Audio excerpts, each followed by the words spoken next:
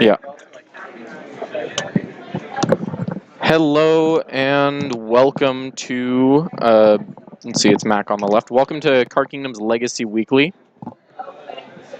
And I am Tom Lynch. I am joined by the wonderful, fantastic, still setting up his headphones, Lee Huang Nguyen. Lee Hung Nguyen. Lee Huang, how do you say that? I'm sorry. That's all good. Lee Hung Nguyen. All right. But Lee's fine. What's the last? Yeah, left we have side? Sam. We have Sam Hriljac on the right. Perfect. I'm assuming, I don't know what he's on tonight, but I'm assuming he's generally a dedicated blue-white Miracles player, and Mack loves his unfair decks.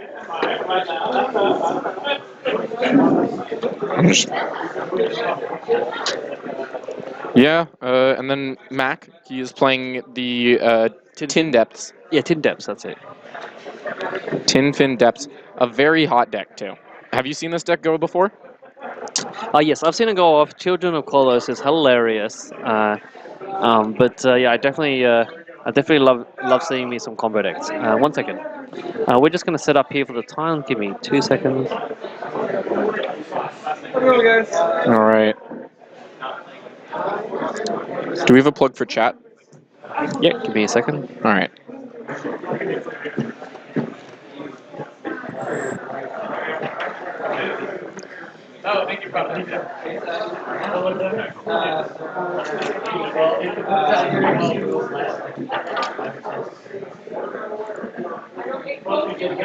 Alrighty. Hello to everyone here. We are just starting up. The die rolls are going. Matt Greene looks like he won the roll and will most definitely be taking first if he did. Nope, letting Sam choose first, so presumably Sam got the play. Alrighty. Here we are at Legacy Mock's Boarding House Ballad. As you guys heard before, we have Tom Lynch and Lee in the booth. We're watching 4 rounds of Legacy on a Monday night. Oh, it's great. Every single Monday, too. Oh no, it's great. I think we have a good turnout tonight. We have about we got like 30 or so. I mean, What does that look like, 24? 24? I think it's 24. Oh, 24, yeah. Yep.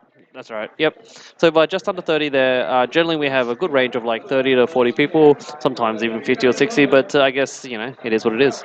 All right, so opener, Sam hitting us with the absolute nutter from Miracles. Yep. The basic island. Basic island go. Immune to everything, besides choke. And Mack's going off. He's But looks like Mack has the turn one. I see a Force of Will sitting in Sam's hand. Along with that, I see a blue card. And looks like we're going to just see the Entomb immediately forced. pitching counterspell. Exactly what you need to do. Definitely don't even want to let them have the creature that they want in the yard. Mm-hmm. However, this matchup is definitely not over right now. For Mack is still only 1 card away from winning the game. He could draw Dark Depths or another Entomb. Oh wait, is he playing the Duck Depths? Oh no, it's another stage. Yeah, he is playing Dark Depths. Oh, Yeah. no, not this turn. Yeah. So what do you think about the matchup here? We have Miracles versus Depth. Obviously, Miracles is going to have some key cards here, like Swordsman's Plowshare and Council Judgment or Counterspell to counter his early ramp. What are your thoughts about this matchup here?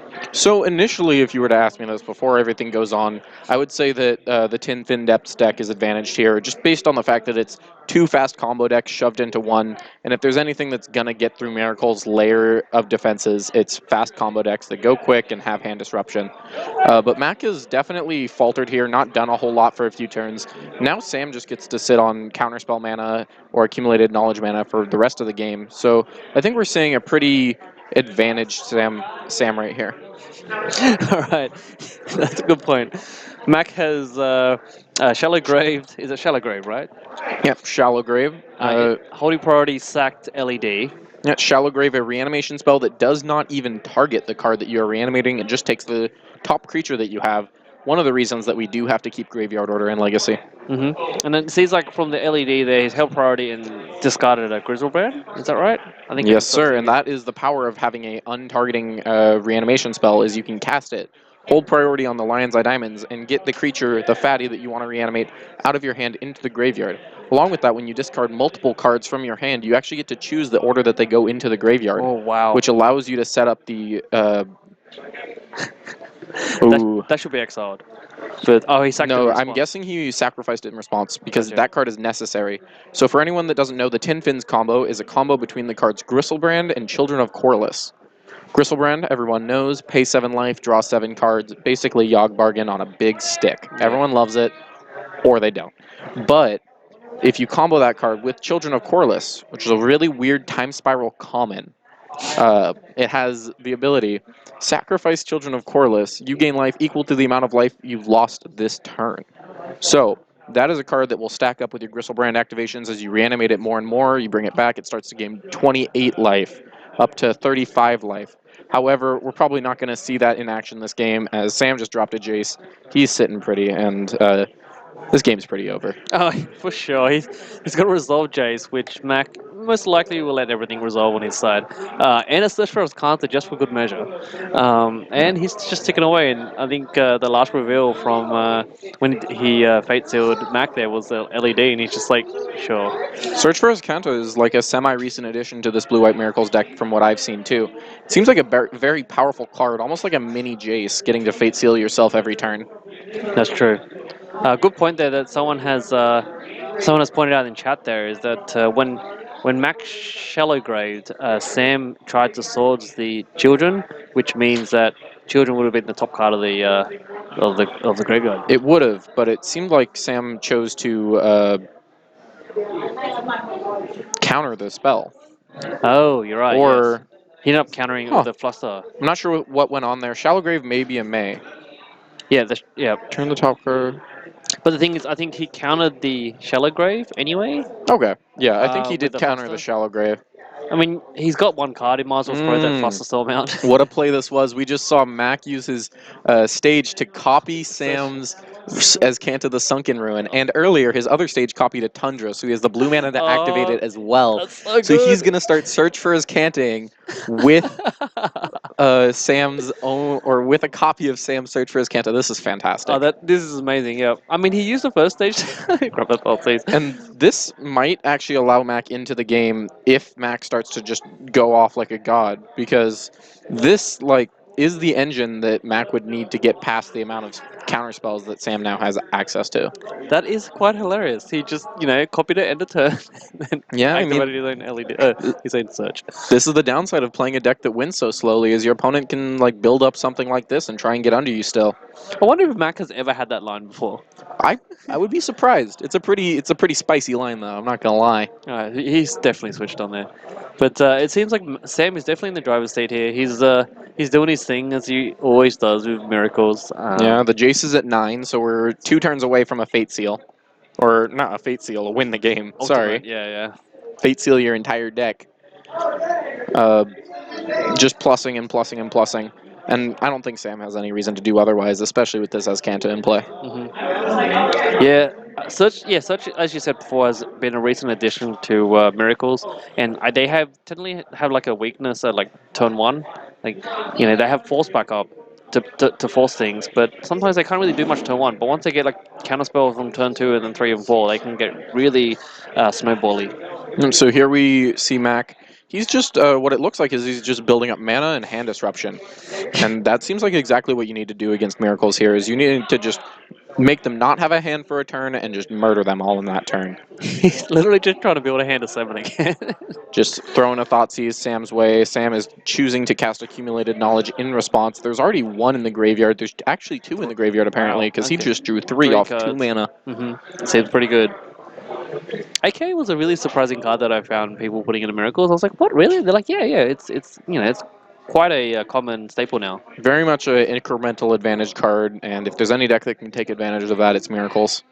Search for Azcanta, also a funny combo with it. You can mill your first AK or 2 when they're not super effective, and then your later ones start being very good. Synergy. Pretty much. Yeah, it's really nice.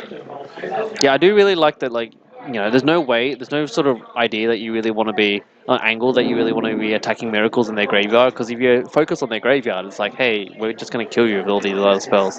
Exactly. Miracles will allow you to do whatever you want to do as long as it doesn't win you the game. So if you're doing something like attacking their graveyard when attacking their graveyard is not what you need to do to win the game, all you're doing is really stalling out and making it so you're going to have a harder time winning the game through the extra forces they drew. Yeah, speaking of colors of blue and white, shows the force. Colors of blue and white. We saw last week at the 1K, someone playing Dovin, the new standard planeswalker in blue white Delver. Yeah, Dovin. A little bit more of a trick card. Generally great against something like Miracles, which has a hard time dealing with planeswalkers in general. But a lot of that was just coming out of an angle of surprise almost, I think. Pretty much, yeah. Brian was representing that other 1K. So here we see Sam is about to minus. I still fate sealing. Ooh, we're fate sealing. Okay, so He's we're just- up to 13. he's One making turn sure. away from the big payoff. Yeah, he's still making sure.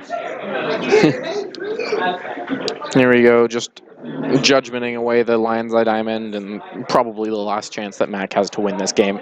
Shouldn't I mean LED should be in the graveyard? It should be in exile, right?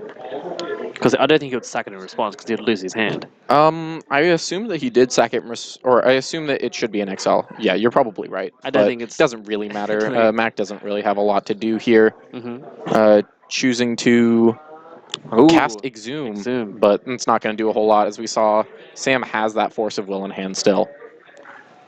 Oh, I don't think he grabbed any blue cards. But no, he's got a Ponder. Yeah. It's so like demoralizing when someone like. Oh, never mind. He used that Force of Will earlier. That's a Gristlebrand. Ooh, Gristlebrand is in play. Surprisingly enough, this is a point I'd never expected to get in this game. Mack has a very high chance of winning now. I think this is really important. The fact that he got to copy that Search for Us counter. Yeah, that basically won him the game here. And here we see go up. There's the Lion's Eye Diamond. He has access to a lot of mana right now. It's worth noting that both of those stages only produce blue mana or white mana for him right now, which is super relevant. Sending an Unmasked Sam's way and realize that Sam has nothing. Yes, the far left stage is a Tundra because I remember he used that to cast the Children of Koilos. Yeah, casts double Dark Ritual, up to 5 mana. And that is going to be getting back the Children of Koilos. Wow. Yeah, this is combo. This is basically him storming off. Oh, looks like Sam picks it up. So for anyone who doesn't know how this deck wins, what's going to happen is Mack is going to draw 7 more cards. He's going to sacrifice the Children of Koilos to gain 14, which will allow him to draw another 7 more cards, or another 14 more cards, which will hopefully allow him to reanimate Children of Koilos. And he'll continue this cycle until he gets to a very low amount of cards in deck, at which point he will cast Living Wish. Living Wish, a sorcery from Judgment, costs green and 1. And it says, take a card from outside the game that you own and put it into your hand if it's a land or creature. In tournaments, card means search your sideboard. What was he grabbing? He would grab Laboratory Maniac, cast Laboratory Maniac, and draw the rest of his deck. I love it. It's pretty gas. Yeah, Lab Maniac. That's basically how Ad Nauseam sometimes the alternative way to win as well. Yeah, Lab Maniac really seems to be the source of like every weird combo deck that just shouldn't exist. That's how it wins. Do you know how they should win? They should somehow through the breach a Borgamos Enraged and then throw some lands at people's faces. Ooh, classy. I see you like Modern. Yes. Yeah, this is basically like Legacy's version of Gristlebrand. Although, because this came a whole lot earlier than Gristlebrand, kind of like this is what Gristlebrand was built after, you know? Do you think that Mack here, do you think he just keeps on the combo? What do you think he's sideboarding in here to deal with Miracles, where I assume we'll get much better in Game 2? So Mack doesn't actually have much of a real sideboard, but I did see one of his real sideboard cards. I am currently under the impression that he only has 4 cards that he actually boards in at some point, because 11 of his cards are dedicated to a Wish board. The Wish package, yep. Those 4 cards are 2 Pithing Needles and 2 Silent Gravestones. I saw Pithing Needle actually come in, so that'll probably be to slow down these Jace hands where Sam just counters his things and then goes Jace. Mack can respond to the Jace with a Needle, and then Sam's pretty stone cold to that. I would be a little bit surprised to see the Silent Gravestone, as I'm not too sure what Sam has as Graveyard Hate that targets. However, be probably pretty good. I mean, I know sometimes decks in Legacy have been just like jamming one or two of surgical extractions. Yeah, and they're doing it for good reason. It's very much just like A free the spell. kind of card that you can just hit people with and win the game sometimes. Yep. But yeah, one of the cool things about this Reanimator deck, none of the reanimation spells actually target a creature. So Silent Gravestone, not a card that you normally see in Reanimator, but in here as a all-star.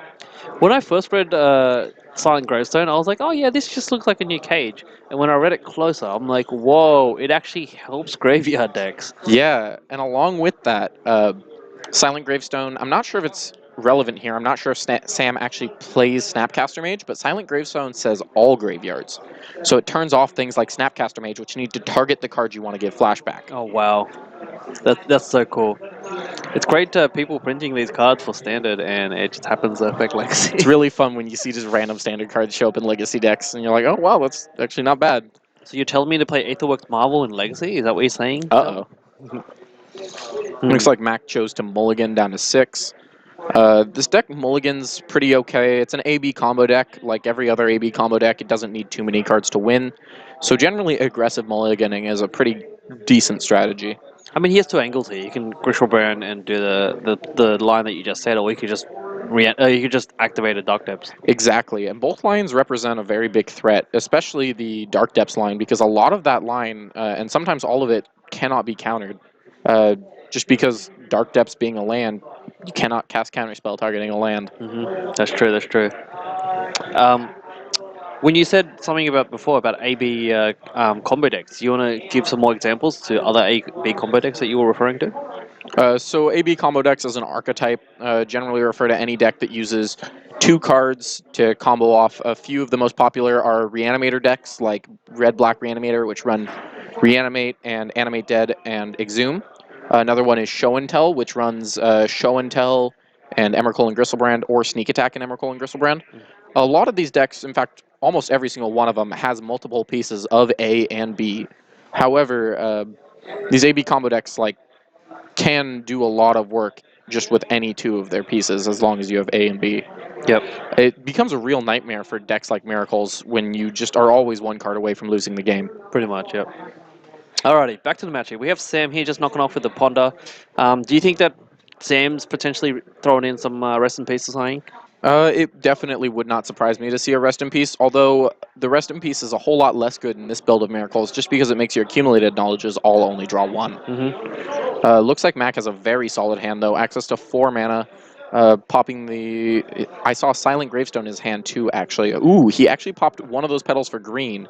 Is going to be using the Living Wish to find Vampire Hexmage and cast Vampire Hexmage, and then play the Dark Depths from his hand. This is a turn 1 2020. Turn 1 Dark Depths. Unbelievable. Mac, you are disgusting. All right, Sam's got a turn to answer this. I can see the swords in his hand. Yeah. And if you notice, Mack actually did this on his own turn, which is not super, super common. Celestial Purge. Yeah, so Merit Lage is actually a black creature. And it exiles target black or red permanent? Yes, it does. Oh, what spice. And I mean, also gets around Chalice if relevant. Ooh, it does get around Chalice. I didn't even notice that. It's 2 mana. Y'all got a foily boy All at right, home. here's the Gravestone. Sam probably not super unhappy to see that, especially since he has that Disenchant in his hand. But I can't imagine the Silent Gravestone actually hitting much out of the Miracles deck. So, just to recap here, it looks like Mac mulled to 3. Was that a mold of 3? I'm joking. Okay. Because he's out of cards. Oh, yeah, I yeah. make joke. All right, we see the Thoughtseize. Mac gets a good look at Sam's hand full of stuff still and takes the Brainstorm, and I definitely agree with this, with there being a fetch land in play. Brainstorm, if you didn't know, Brainstorm makes bad hands very, very good. So Yeah, Brainstorm's a good card. that is exactly what it would do for Sam here. I have never noticed Field of Ruin. Yeah. Miracles.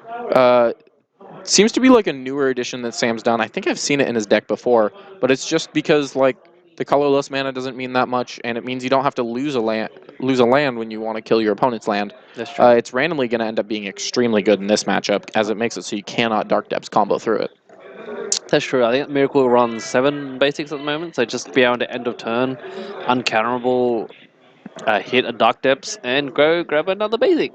It's pretty gas. I think that's a good play. I really like that. I've been trying to, up the curve. I saw a disdainful stroke the other day in Legacy. I was so confused. But yeah, people have been, doing their thing and trying new cards. I like it. Yep. So now we know Mack has only 2 copies of Dark Depths left, as one of those was gotten off his wish. That's one downside to this deck, is you don't get 4 of all your combo pieces, as a lot of the combo pieces are actually 3 ofs to facilitate you putting a 1 of in the sideboard for your wishes. It's a price that you pay for wishes, but the wishes really do add a lot of consistency to this deck, which runs 2 completely separate combos. Make greatness at any cost, right? Exactly. Yeah, miracles. All right, Sam looking through his board, unhappy or happy, who knows? Yep. Looks like Sid's just trying to sculpt his hand I'll again. tell you though, he's definitely happy about seeing Brainstorm, because I have never cast a Brainstorm and been unhappy afterwards. What happens if you brainstorm lock yourself? At least you get to draw 3 cards. That's a good point. Speaking of that, I actually saw some spice in some of my Eldrazi decks on the weekend. Do you know what Omen Machine does? Omen Machine. Yes. I have 0 clue what the card Omen Machine Ah, does. mate, I really, really love my colorless cards, and I saw someone playing this came 7th or 6th at the... Omen Machine. All right, we pulled it up. 6 mana artifact. Players cannot draw cards. At the beginning of each player's draw step, that player exiles the top card of his or her library. It's a land card. It's put on the battlefield. Otherwise, it's cast for free. without paying its mana cost. That's fantastic. Okay. So you played an Eldrazi pose with all your big fatties. Ooh, that's cute. You know what synergizes with this card? You can pull this one up as well. Scroll Rack. Ooh, that's fantastic. Okay. Okay, I see you. Anyways, we have Mack. He's dropped the Dark Depths. And he's got the 3rd. And look at that, is just going to cast another Hex Mage. And you know what else? I saw a Wish in his hand, which means that he can just wish for another Hex Mage after this one gets countered. Ooh, Sam does have the Surgical in his hand right now. That's and true. sees a Swords to Plowshares and a Jace off that Brainstorm. I'm really liking where Sam is. Sam's probably ecstatic at this point. Is this an advertisement for Brainstorm? I think this is an advertisement for Brainstorm. Play Brainstorm. So we were a little bit distracted there, but you can see that Click just come into play and probably took one of Mack's best cards. But yeah, he's counterspelled. He counterspelled that Yeah. Vampire Hex Mage. I mean, who wouldn't just get a stop it right there? Yeah, it's just a 2/1 with first strike. Who would care about a creature like that? Yeah, those 2/1s with first strike. Little bit of a sketchy figure, you know? Black Thalia? Uh-oh. Actually, it might be a 2/2. Is it a 2/1 or 2/2? It's a 2/1. It's a 2/1. All right, cool. I'm glad you got the clarification on that one. Randomly kills Jace really well, in case you want to do that. Hex Mage actually just bops every single Planeswalker you want it to. Oh, nice. Remove the counters from any permanent when you sacrifice yes, it. Good point. Oh, yeah, that way. I thought you meant attacking. I'm like... Oh, no, it just sack it, kill a Planeswalker. Pretty cute. Also randomly super good against Chalice, so that's pretty funny. Chalice. Yeah, I used a, what do you call it? A charge counter guy. The guy that sacks and puts charge counters on things. I used that once to put on opposing Chalice, and it made it like a Chalice for 4. What were you playing with Mere Core Tapper? I was playing the Dice Factory deck in Modern. Uh-oh. Okay, then. Looks like we see Sam doing what Miracles does, swinging every turn with the little guy, the 3/1. Mack went and wished for a Thespian stage. So he has a Thespian stage and Dark Depth combo ready to go. And that, in fact, does make a 20/20, but you know what's better than a 20/20? A Hex Mage? It's still a 20/20, I know. But, you know, if I'm Sam, I'm inclined to not counter this here. Because he just gonna... Alright, he's surgical. Alright, so he's choosing to Surgical, targeting the Hex Mages. I'm still not sure. I guess... So Sam has to give Mack 20 life if he wants to STP a 20/20. So I can definitely see the value in not letting him have the 20/20, not letting the game go longer. He's only 3 turns away from winning the game. That's true. And I feel like Sam also, from his point of view, he's just like, okay, I can end this in 3 turns, and also this Surgical's just sitting in my hand. He's already got Dark Depths and Staging Combo in my hand. I might as well throw this Surgical out. That's fair. And his hand is just getting nothing but better with this Jace every single turn. Exactly, yeah. All right. No search for his Canta for Mack to copy. No full-on combo. Saw the line. Gotta upgrade. Gotta evolve. All right. Pass it back to Sam. Mack's still not doing a whole lot. Pretty stuck under what Sam is doing. And Sam's hand is just stacked. Double swords to plowshares and a force of will. And there's probably not a whole lot happening for the rest of this game. We're just going to see the 3-1 beat in. Yeah, it's the next one world. Look at Duck Dip just hanging out under the sewer there. He's just like, hey, yo, what's up? Isn't it cute? Looks a little bit like Yawgmoth in that art. Yagma? Mm-hmm. I thought it looked like that dude that's always lost. Who's that guy? That it's always lost. Always The lost. little flip, whatever. The guy with the one eyeball. Oh, yeah. He looks like that to you? No, just because the card's hanging out under the little bridge there. Oh, okay, I see you. It's fair. It's fair. Oh, he's making a Dark Depths. Here's the 2020, and if this does nothing else, it gains Mack 20 life to save them some time. It just gave him like 10 turns. Yes, it did. At this point, I think we're going to start seeing Sam choose to tick up that Jace and use that as his win con instead. Yep. At a certain point, the Vendilion click isn't super effective. You have to be a little bit careful, though. If Mack is sneaky, he could actually get his Labman into play after Sam chooses to get rid of his entire library. Ooh, just playing like throw all his swords out to random Dark Depths tokens, Merit Lages, and then don't have any more removal for a Lab Maniac, and then die to a 2/2 or Be a lose to a cute 2/2. one, huh?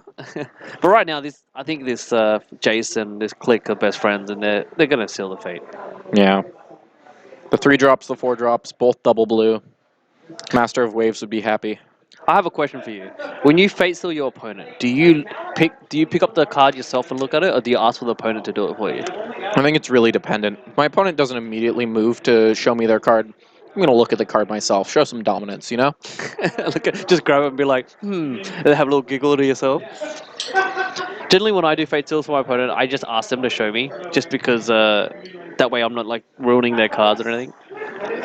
For anyone who is confused on the Dark Depths combo and why Mack is losing his lands every single time he does this, the Dark Depths combo is a combo between Thespian Stage and Dark Depths. Thespian Stage is a land with the activated ability of 2 tap, copy a land. So what it will do is copy Dark Depths, which is legendary. So Mack has to sacrifice the original Dark Depths with the counters on it, so he can keep the Thespian Stage, which doesn't have the counters on it. And then at that point, a no counter Dark Depths will trigger, and he'll make a 20/20 and lose the Thespian Stage to the trigger. I figured if Dark Depths was written today, for how the cards are formatted today, that wouldn't occur. But the way it's specifically written, that if it has no counters, then sacrifice it, get a token, is Yeah. why it happens. It's a really weird trigger, and like it confuses a lot of players, especially since like if you choose to stifle it, it will counter it, but then the trigger will just immediately go back on the stack. Oh, wow. Because it has no counters. Exactly. Which is not the case with Thingly Eyes. Let's say No. you have Thingly Eyes and you remove all the counters with the Vampire Hex Mage, then you still have to cast another spell for the trigger to happen. Exactly. Yeah.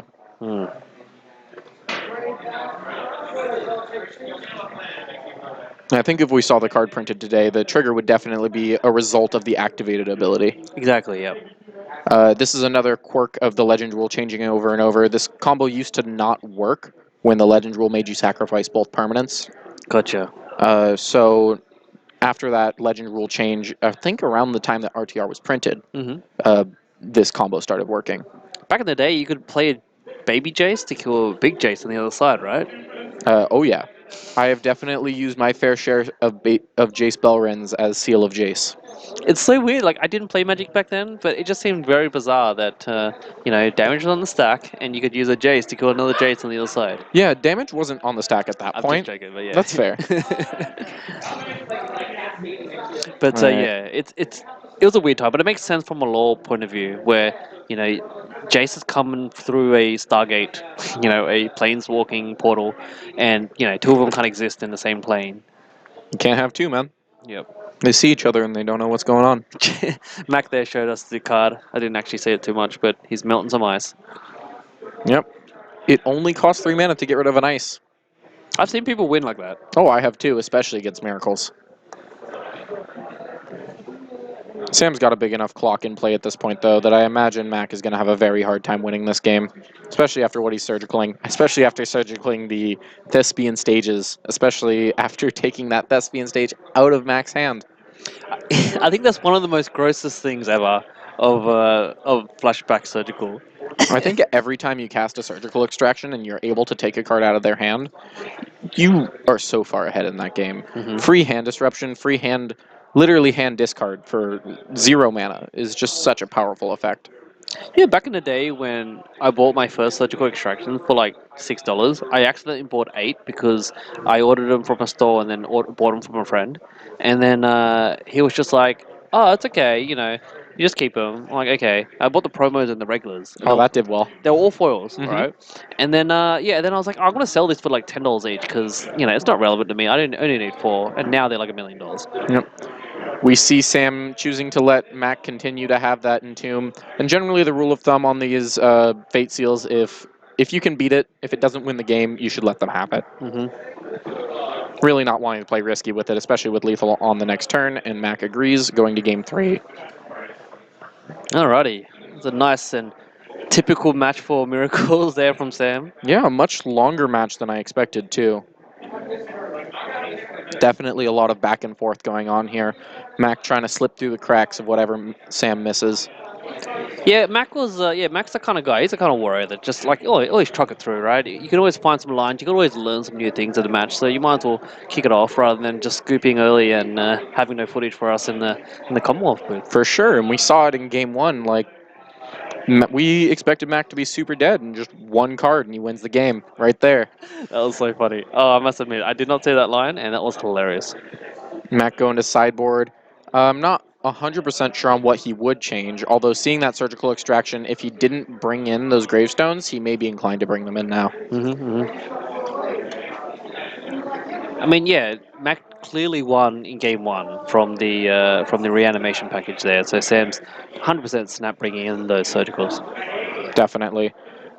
Mack going to be on the play this game, which is super relevant because that means that not only can Mack turn 1 with Sam unlikely to have a counterspell backup, but Miracles doesn't traditionally play that many counterspells other than Force of Will that cost 1 or that he can cast on turn 1. So this will also allow Mack to have a pretty open hand against a like only Force of Will hand or only counterspell hand. That's true, yeah.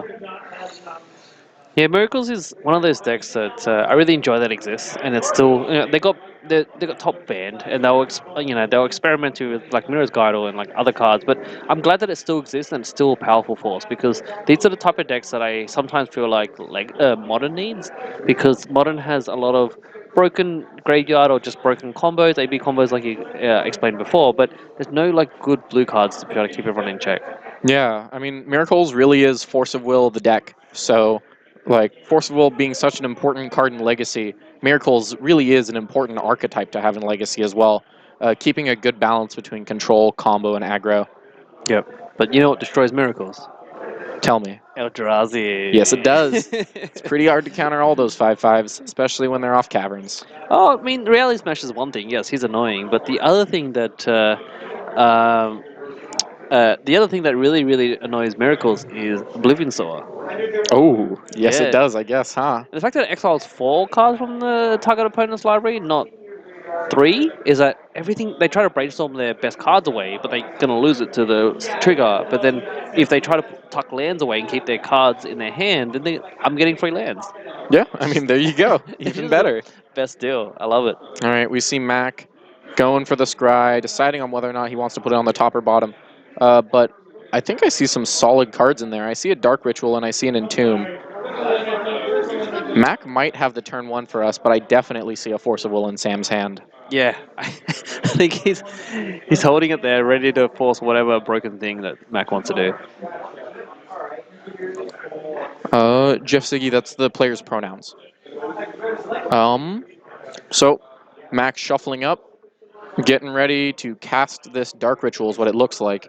I mean, in game 1 and game 3, we see Mac going like all out, glass cannon, just going straight for the combo. But do you feel like Tin Fin depths in the sideboard they start bringing in more discard and more shred the hand? Well, Mac, generally you can expect Wish decks to not have too much of a sideboard plan, and this deck really isn't any different.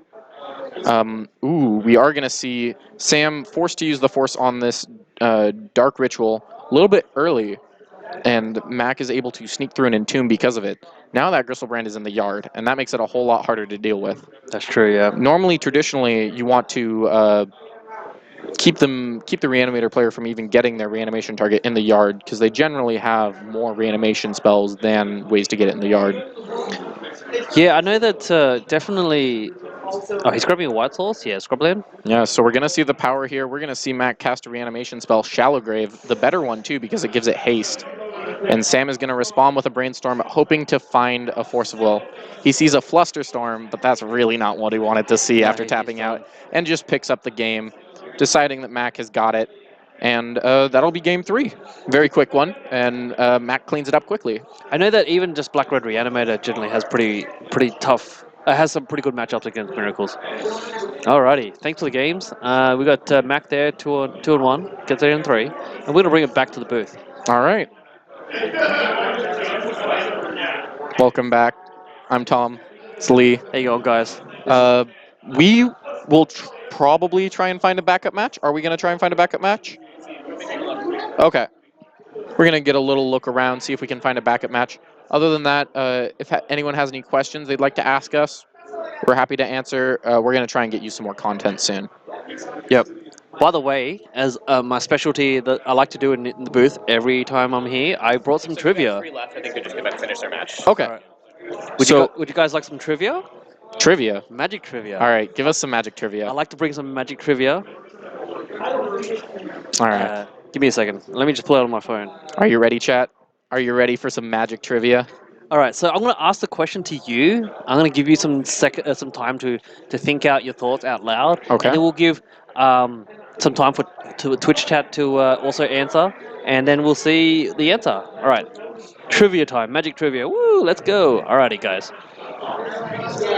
The most recent banning in Legacy was Deathrite Shaman and Contaxium Probe, transcending backwards through the ban list. Name for me the previous bannings before that, chronologically, as in what was before Deathrite and Probe, moving backwards. And bonus points, and don't look this up, chat, bonus points if you guys can name the dates, the months. Name the months. I definitely won't be able to do that. All right. Okay, what was the one before Deathrite and Probe? Well, the one before Deathrite and Probe is definitely Sensei's Divining Top. That is correct. Number one. So 2 more.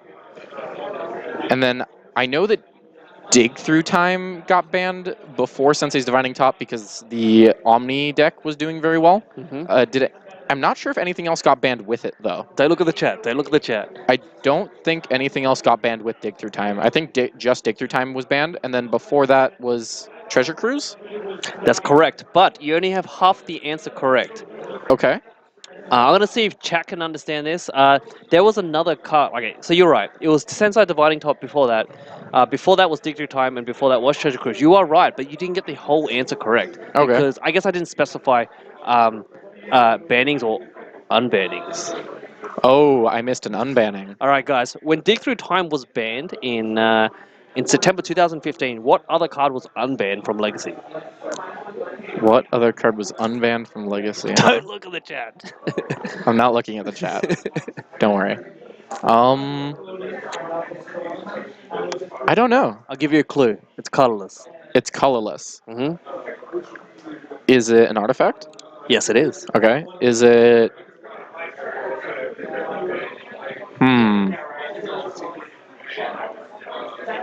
I'm not sure. I still can't get it. Alrighty, we'll let you ponder on that one for a quick second. Okay. There was another card that was unbanned with Treasure Cruise. Do you have any idea? I'll give you a clue. It's red? I think it's red. Pretty sure it's red. Blazing Shoal? No, it was not Blazing Shoal. Was not Blazing Shoal. All right, let's look at chat. All right, we got here. All right, so World Gorger Dragon. World Gorger Dragon, that's it. All right. Okay. July 2018, obviously everyone knows Deathrite Shaman and Probe was banned from Legacy. Before that, in April 2017, we have Sensei's Divining Top. I'm actually sort of glad that it got banned, but it took the games very long. September 2015, we have Dig Through Time was banned. Black Vice was unbanned. Black Vice. That card was banned in Legacy. People thought that was too good? Apparently, and then it got Apparently, unbanned. okay. They're like, oh, this card is a masterpiece now, and who cares? It's now unbanned. And in January 2015, we have two changes to the banned and unrestricted. Was Treasure Crude was banned, and World Gorger Dragon was unbanned. Okay. I'm glad that chat was very interactive there. I just wanted to make sure we can test Oh. Tom Lynch there on on his knowledge of bannings and unbannings. Yeah, I only really started playing Magic, or playing Legacy specifically, competitive Legacy, about 2 years ago. So my knowledge goes back to about like a year before the top banning, I think. Maybe I've been playing Legacy longer than I thought. Oh, maybe. I remember I was looking through, like, just trying to do some research for my trivia questions, and I was going, apparently conspiracy cards were preemptively banned in Legacy. Yeah, I mean, makes sense to me. You probably don't want to be putting stuff in the command zone in Legacy. Yeah, pretty much. People would just come onto Legacy with their first format, and they're like, where does my commander go? You're like, excuse me, sir. Yeah. Thanks for participating, guys.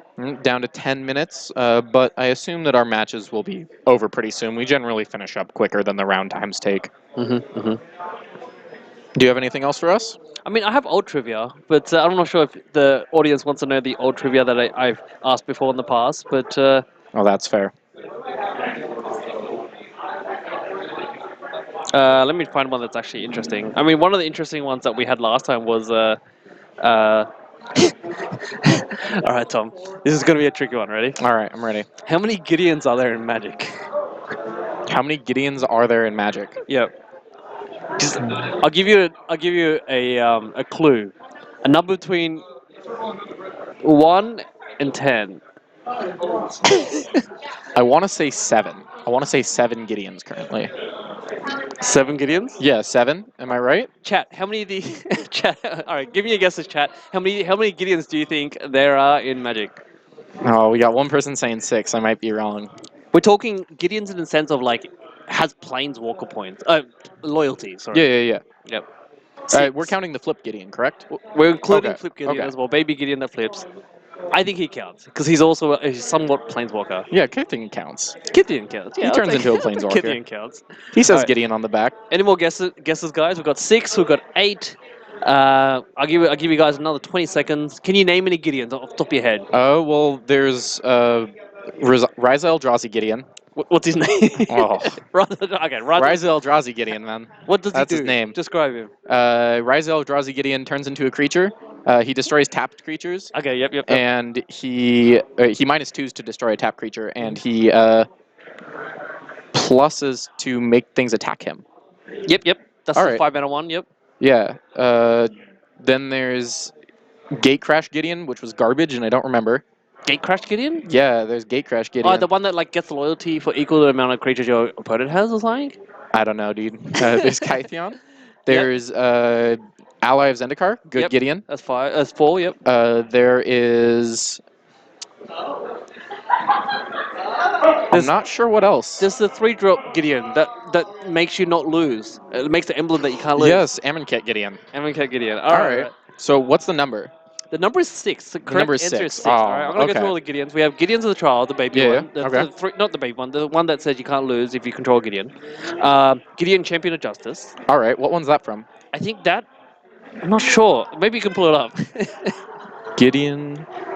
Champion. Oh, this is Gatecrash Gideon. Yeah, okay. that's the Gatecrasher. That's one Gideon that Champion of Justice is Gatecrash Gideon. Yep, and then we have Ally of Zendikar, the 4-drop one that All makes right. the tokens. He's really important and really popular. Gideon Marshall Paragon. Is that? It's like a planeswalker one. Gideon... Oh, okay. That's why I missed this one, because it's...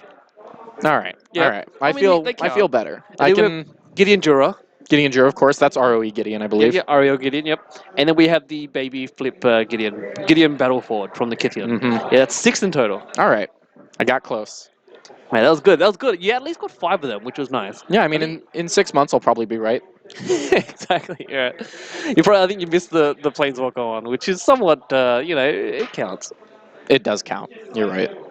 All right. So here's another simple question that really is just fun for the legacy enthusiasts to All right. try to understand. But we're gonna play. Are you a basic? All right. Are you a basic? That's a bit of slang there in new millennial terms. But how many basics do the following decks generally play as Okay. a standard in Legacy? All right. Okay. I had learned to understand this when I was playing Grey White Hate Bears in Modern. You have to, and also when you're playing Field of Ruin or Ghost Quarter decks, you have to try to remember how many basics someone plays to do the line. All right. D&T. How many basics do they normally play? Death and taxes. Mm-hmm. So if you asked me a year ago, I'd probably say around the 12 mark. But as of late, I've learned more about the deck, and I think that the deck has been playing a lot more like one-of lands, a lot more utility lands. So I'd probably say around like 10 and be the average amount of planes for a D&T deck now. Okay, so based off my research, when I made this, found these answers for these questions, I've been seeing a lot of lists playing 14. Bonus Really? question: why? I mean, the main reasons are basics make you resilient to everything. You can't wasteland a basic. You can't back to basic someone out. The only thing you can really get someone with is a wildfire, and no one plays that card. That's So. true. And sorry, the question I should have asked more accurately is why did they play snow covered?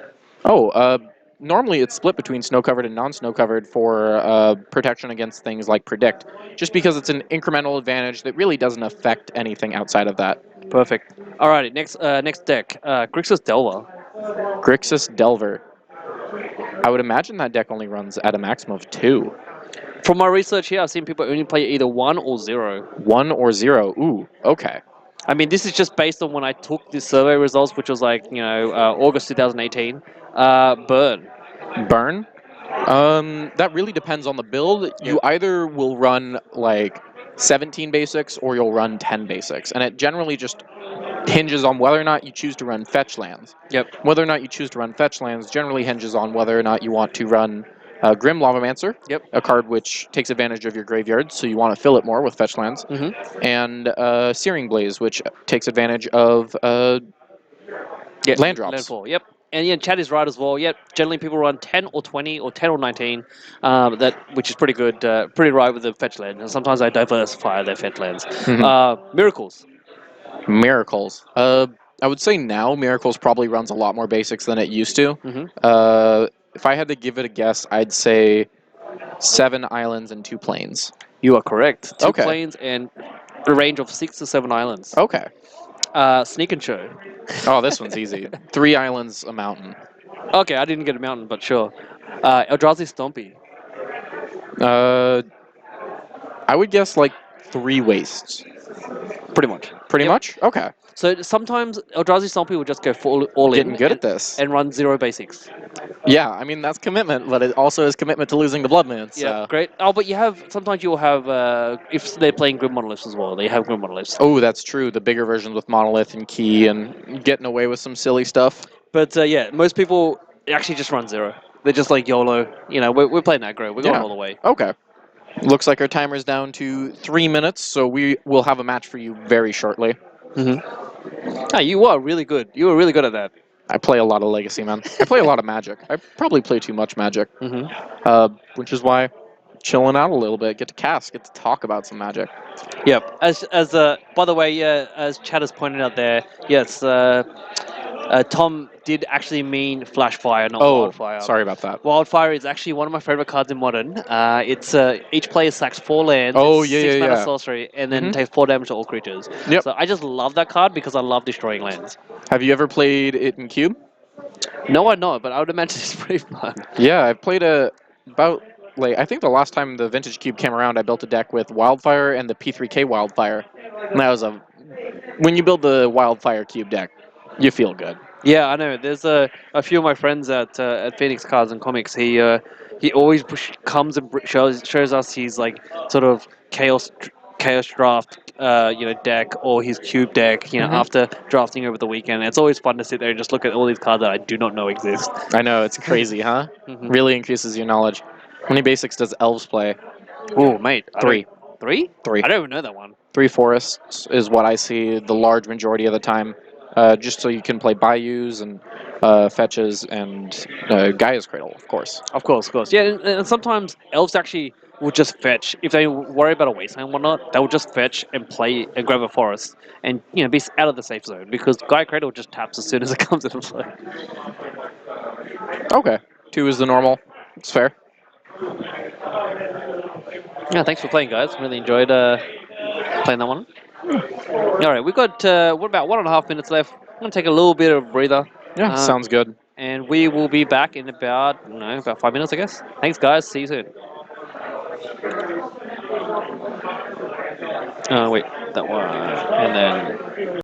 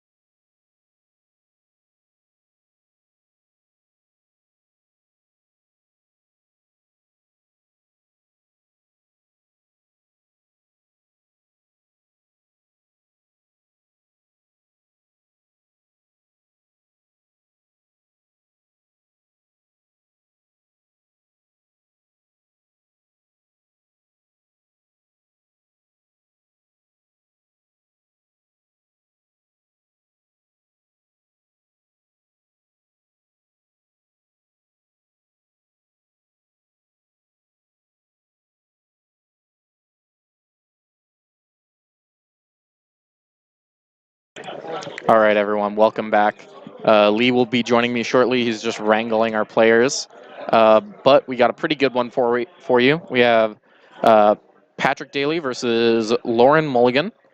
I am not 100% sure on what either of these players are on, but I know both of them commonly play pretty grindy value decks, and Lauren, I believe, plays some like lands decks.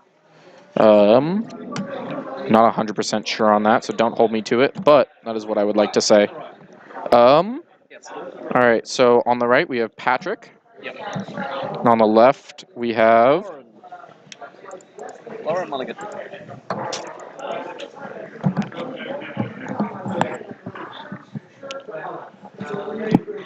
Alrighty.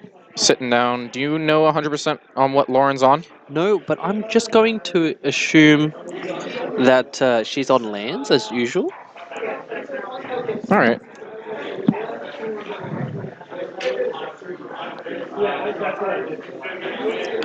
Oh, 1 second. I'll be back in a sec. All right. Right.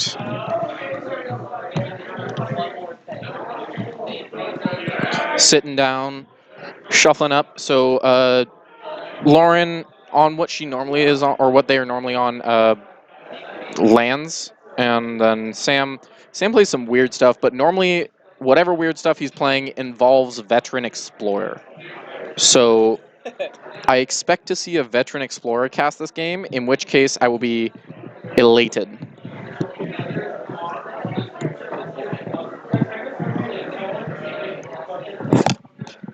What about you? Are you expecting a Veteran Explorer? Oh, he's 300% playing. He's playing Bug Nick Fit. Bug Nick Fit. All right, perfect. That's exactly what I wanted to hear.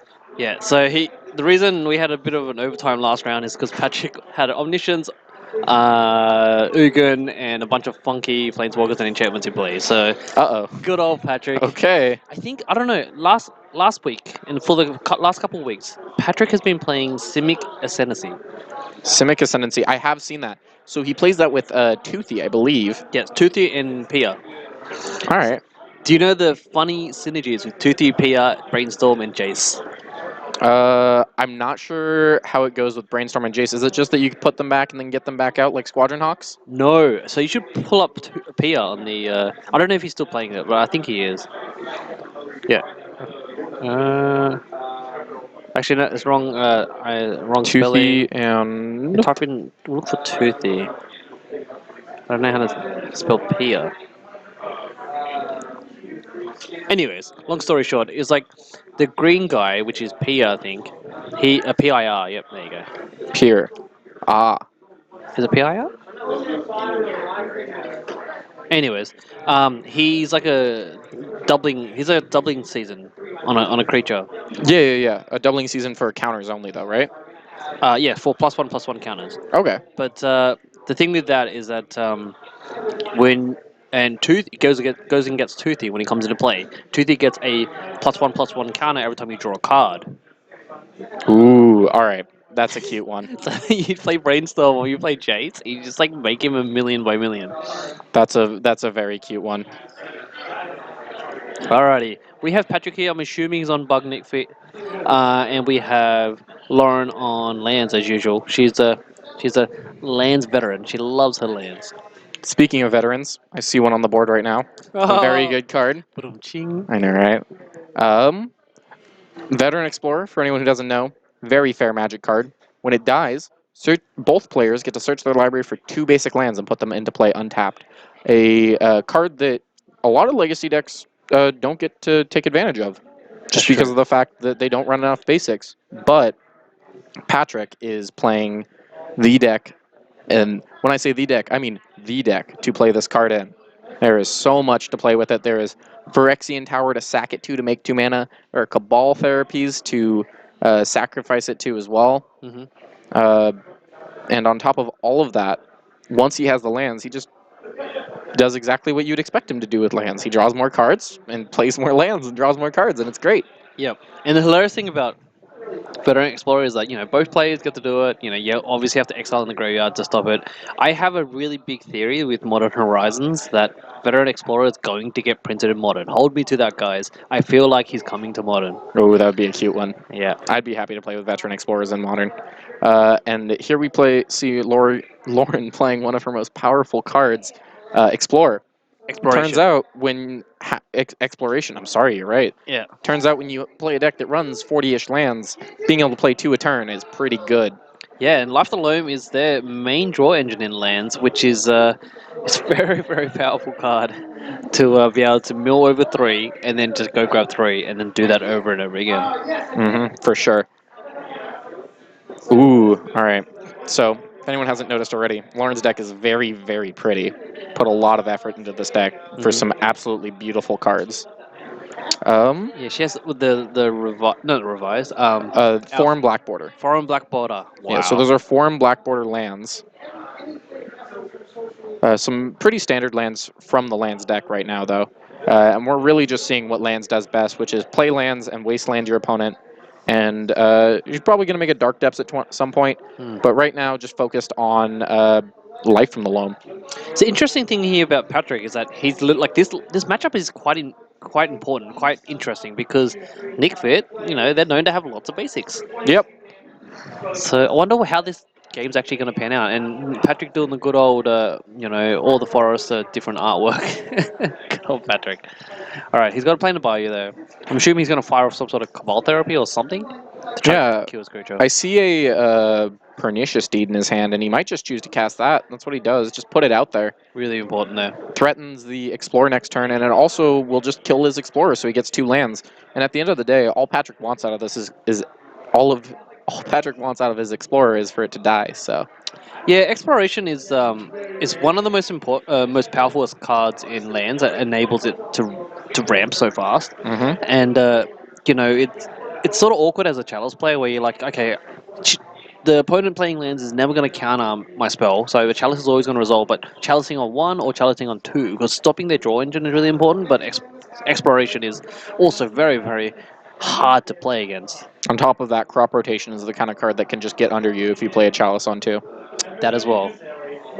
Yep, just going to get the Dark Depths and get in their win con. We actually had some interesting... We had like a grindy match last round. I've got more grind in round 2. It's flawless. We see the core of Lauren's grind against a lot of decks. We see the card Punishing Fire and Grove of the Burn Willows. Punishing Fire, 2 mana to deal 2 damage, and whenever an opponent gains life, you can pay a mana to bring it back to your hand. That's true, yeah. Great combo with lands that make your opponent gain life, huh?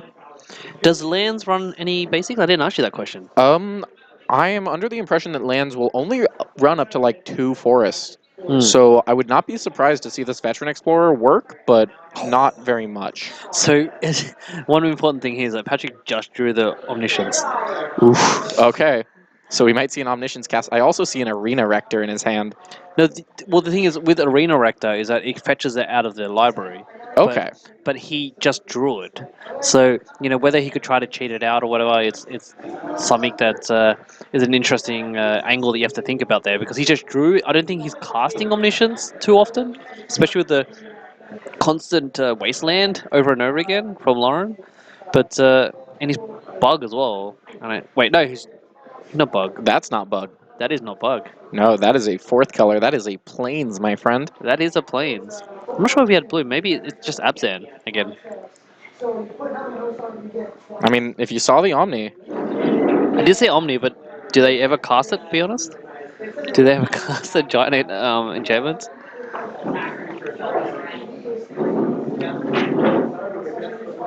Perfect. The perfect name. No red, Nick Fit. Exactly what you call 4-color decks.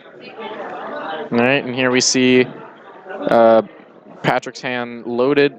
Definitely an Omni in there. For anyone who's wondering, those basics are Summer basics. So. Summer basics? Yeah. Summer. Are you aware of Summer? I know some of the season. So Summer was a printing of Revised, which shouldn't have gone out. It was kind of just printed internally and then canceled and scrapped. But a few of the cards got out, especially here in the Seattle area. They're semi-easy to find, just from old Wizards employees. Yeah, nice. Very expensive cards, all of them. Wow. Oh, quite a beautiful deck, I'd say. All right, you see there, Lauren just basically tutoring for a combo, and Patrick knows he's gonna die to 2020 Dark Depths. That's how it works. Another Dark Depths deck. 2020s are pretty good. You're going to see Patrick bringing in a few things. Graveyard Hate, a very effective strategy against lands, just because the entirety of their draw engine is off of Life from the Loam. It's not a dredge deck, but it definitely tries to dredge every single turn. Oh, for sure, it is 100% a graveyard deck. And the awkward thing about lands as well is that if you put a leyline turn 0, it slows them down from their draw engine, but they can sometimes potentially get there. So they're a very powerful combo deck. Yeah, lands is definitely known for being an extremely resilient combo deck. That's very hard to deal with only having 1 or 2 pieces of disruption. It's funny when you think about it, because like they are sort of like a combo prison deck. Oh, very much, yeah. You know, they're always destroying your lands. Like you don't see. When I always think about it, I'm like, oh, you know, is there a land destruction deck like Ponza from Modern over to Legacy? And I realize it's basically lands. Yeah.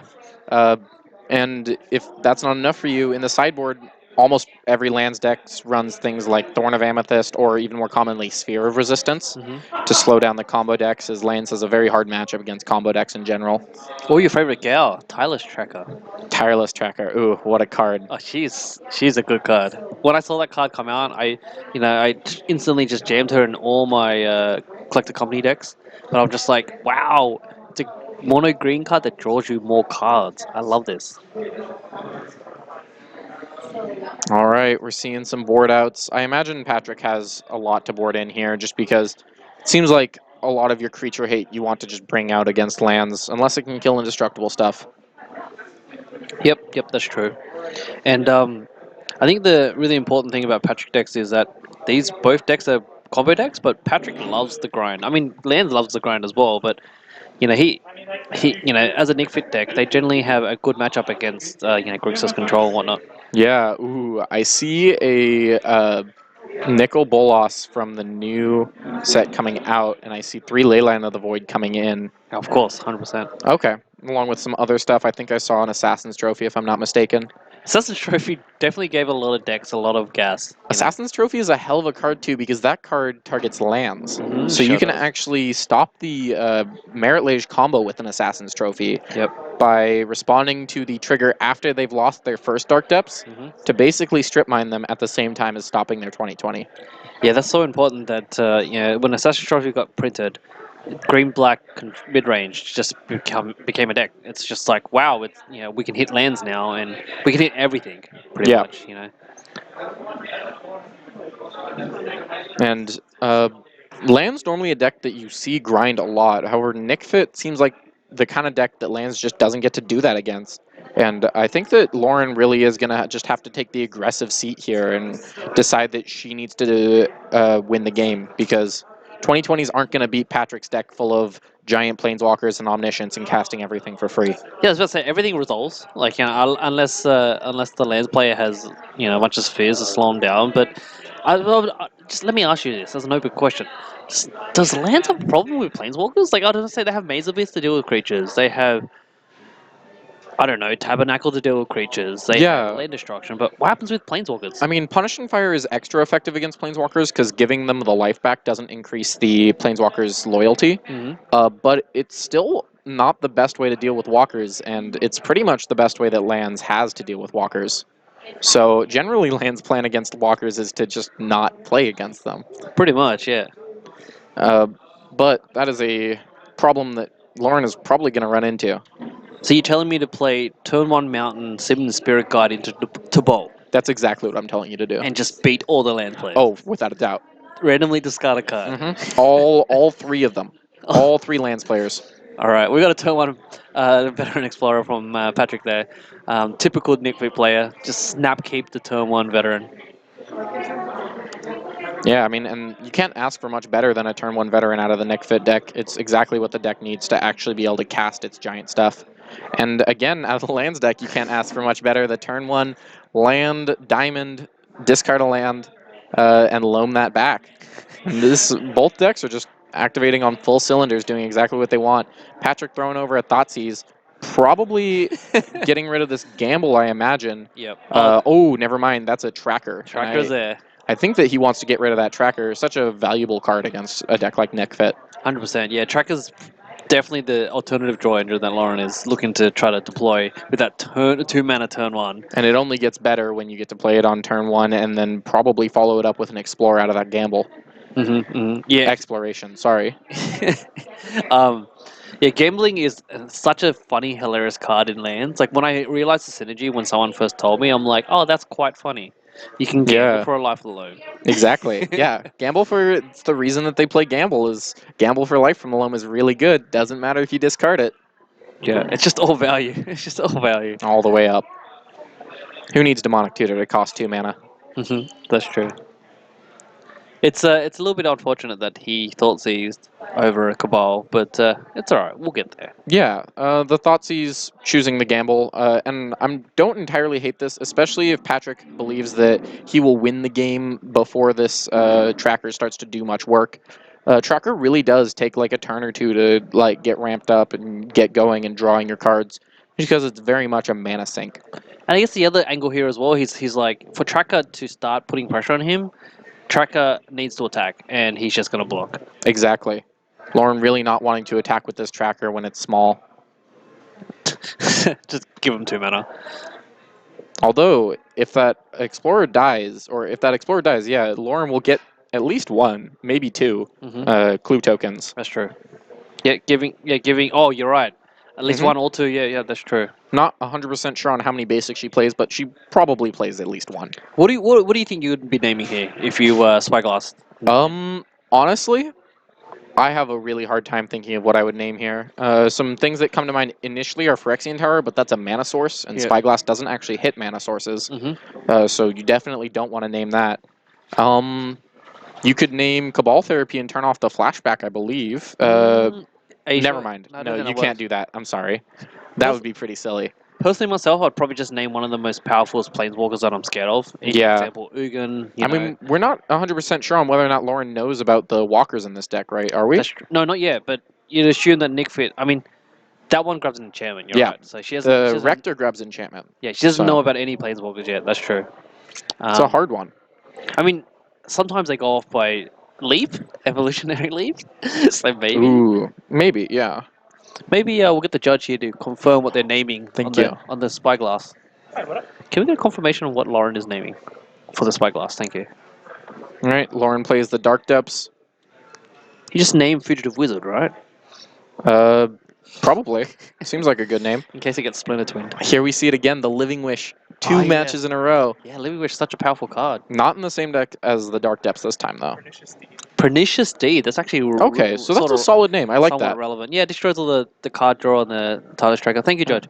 All right, Patrick getting the Phyrexian Tower. Oh, that's smart. And this is exactly what he wanted. Yep. Just gets to sacrifice his Rector, and we're probably going to see Patrick clean this game up pretty quickly off of this. What are you getting here? If he has it, Sandworm Convergence stops the Dark Depths 2020 from attacking. That is true. I've definitely lost my fair share of Sneak and Show games to the Sandworm Convergence being put in off Show and Tell. So I am very acutely aware of how good that card is against big flyers. 5/5 worms. 5/5s every turn, dude. Ends them. That's the best part. Yeah, who needs to beat a tracker when you just get 5/5s every turn? All right, what do you think she's digging for here? Like probably a crop rotation? I don't know. I would imagine she's digging for a Crozen Grip.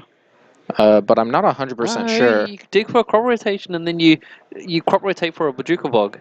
Oh, you're right. The exile is part of the trigger. Okay. Yeah. So how Veteran Explorer and Academy Ruins work is that when they go to the graveyard, they exile themselves, and then but that's what. Oh. Okay. So we're just gonna see humility, one-way humility. Overwhelming Splendor. Yeah. For anyone who doesn't know what this card does, we don't blame you. We'll pull it up for you. Because I guess he's trying to stop the Merit Lage, but make it a 1/1. But I don't know if that's right. I would have got a Sandworm, I guess. But then again, the track can still attack. But wait. So he casted a Arena Rector. I don't think is it working today? I'm not sure. I tried to pull it up. Can't quite figure out how. Nah, I don't think it's probably my fault. But yeah, I mean, Overwhelming Splendor, it is a one-way humility. But the tracker is a 3/3. I mean, it is a 3/3, but Probably don't want to attack with that Arena Rector right there. Oh, you can't activate lands for non-mana abilities as well? Is that really what that card does? I thought it was just creatures and... That's disgusting if it is. Maybe you just put it here. Put it in chat. Type in ! card. I think I may have been misspelling it. There you go. Someone's typed it up. Oh, perfect. Yeah, it's just creatures lose all abilities and toughness. And then Perfect. enchanted player can't activate abilities that aren't mana abilities. Oh, whoa. Okay, they can't also activate... Ooh, so it turns off artifacts and lands. It turns off all the things. It turns off all the... Yeah, you're right. All the lands. My bad. I didn't even know So that. I would imagine that Lauren is pretty locked out of the game off of this card. And really just needs a Corrosive Grip before she can start doing anything. Good choice, Patrick. Yep, finds the Ugin off the Arena Rector, and that is how Patrick's going to win the game. Just bopping off that tracker to start, probably, and then slowly winning the game with it. Do you add salt to the wound and just shoot your Inverted Explorer? Flawless. It's relevant to note, though, that Lauren is still like a K-grip away from winning this game. That is true, yeah. As a K-grip on that Overwhelming Splendor into a 2020. And he cuts another Rector. Oof, all right.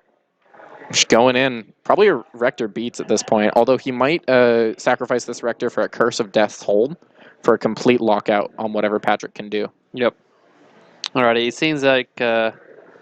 In the meantime, Lauren can just cast these Punishing Fires on the Ugin. Wait, she can't activate her land. Her artifact.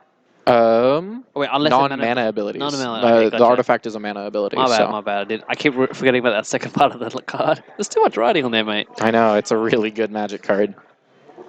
Feels like an EDH card for Standard, and then it just happens to be put into Legacy now.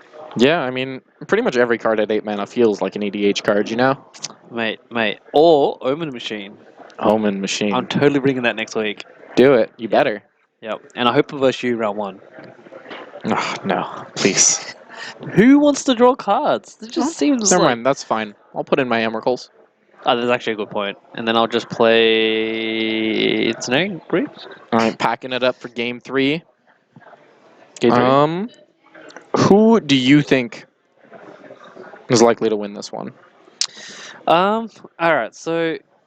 Patrick won. So Lauren's on the play. I feel like, for some bizarre reason, I feel like Patrick's going to win again. Just because, he has a lot more discard. And he can just try to shred her hand. He's playing black for a reason. Okay, that's fair. Yeah. I definitely am in the Patrick boat as well. Yeah, and especially because, apart from the Crozen Grip, like if Lauren keeps a hand with the Crozen Grip, alright, just to try to hit that random enchantment that he tutors out, yes, she needs to be able to Crozen Grip end a turn and then have Dark Depth ready. And I just feel like Patrick, unless she has some sort of card that stops him from searching, like Mind Lock Orb or something, or something. I just feel like Franco Volley. Thank you for the trivia shout out. I feel like Patrick is pretty well versed to grind against other grindy decks.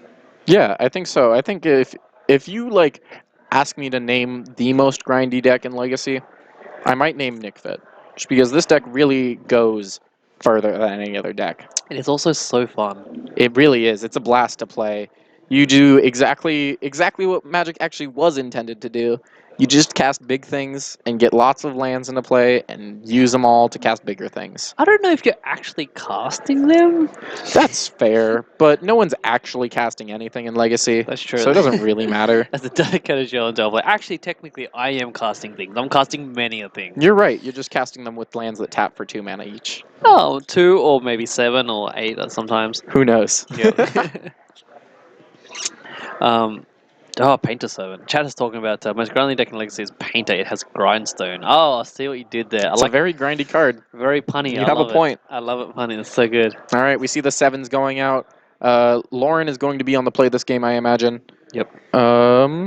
Patrick's hand, not looking like the best from what I can see. I see the basic forest in front, but I don't see a veteran explorer. Yeah, I think I see a ley line. Ooh, if there's a ley line in there, he definitely wants to keep it. And I think I just spotted that ley line as well. Yep. Definitely a ley line. And a Cabal Therapy as well, so. Traditional Ravnica ley line, is that it? The Guild Pact, yeah. Guild Pact? Guild Pact ley line, best ley line. Yeah. Unfortunately, in Lauren's hand. I have mismatching ley lines. Oh, you casual. I'm such a scrub. Patrick opening up with the pre-game actions, plays leyline. Lauren says, okay, it's unfortunate, but it's going to happen. Lauren does not care about days at all. Alright, we've got an exploration. Alright. And this is exactly what Lauren wants to be doing. Just turn one, all the lands, all the mana. However, gamble becomes a whole lot worse when whatever you discard actually just gets exiled. That's a good point. Yeah. Interesting line here is that I think lands have one Ancient Tomb in sideboard because they bring in the one Ancient Tomb just in case they have a Chalice. Yeah, it makes it effective against. It makes it effective for turn ones with crop rotate into tomb for the spheres as well. Yep. Gonna play the gamble. Not sure what she's gonna get. Maybe a K grip and just take the risk. Yep. It's still not 100%. So. Would you say that she's taking a gamble? Ooh, I see you.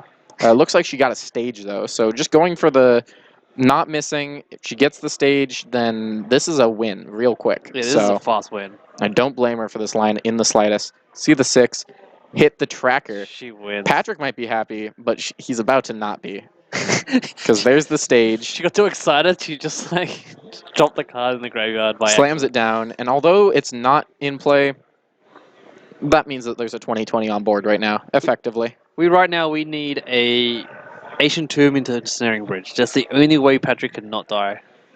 Yeah, I don't think we're going to see that, unfortunately. I think this game will be ended very quickly by lands with the quick hand, and this is the power of the deck. It can grind out, but it can also just, sometimes make a 2020 very, very quickly. I wonder if randomly... Yeah, the only way he could have... Patrick extends the hand. He could have won then is if he held a Wasteland up. Yeah, I mean, it looks like what he was doing was representing an Assassin's Trophy to maybe scare off Lauren from doing the combo. Yep. There's no way that Lauren doesn't do the combo there, but it doesn't hurt to represent it, you know? That's true. Oh, nice plays from Patrick there. All right, game 3 ending very swiftly. Lauren picking that one up in 3 minutes flat. Well played, nice keep, and I'll swing it back to the booth. All right.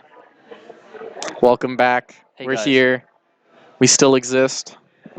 We have 25 minutes left, so I might go hunting around, see if we can find us a backup match. Yeah, let's get a backup match. I'm sure there's a lot of people out there that oh, don't kill yourself there, mate. Yep. All right, I'll take this. How you going, guys? You want more trivia? Thanks for the. I can try to have more trivia in case you guys are interested. That was 3 games. Yeah, it was Dark Depths. Big 2020s, right? How you going, guys? I hope everyone's going well today. It was beautiful weather on the weekend over here in Washington State. It was really good. I just went for a walk for a couple hours. It was amazing. Hope you guys are... Actually, let's shout out to the chat. Where are you guys from? Give us a shout out about where you guys represent from. Love to know. Yeah, well, I'm finding trivia. It's all good. It's all good.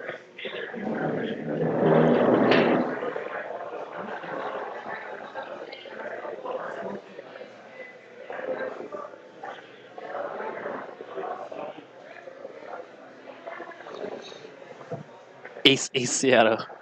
I love it.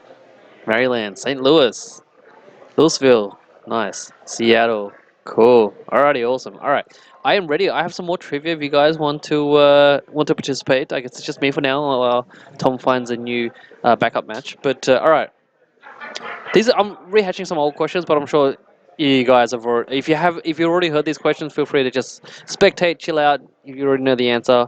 But okay, question. All right, here's context actually first. What is mana burn?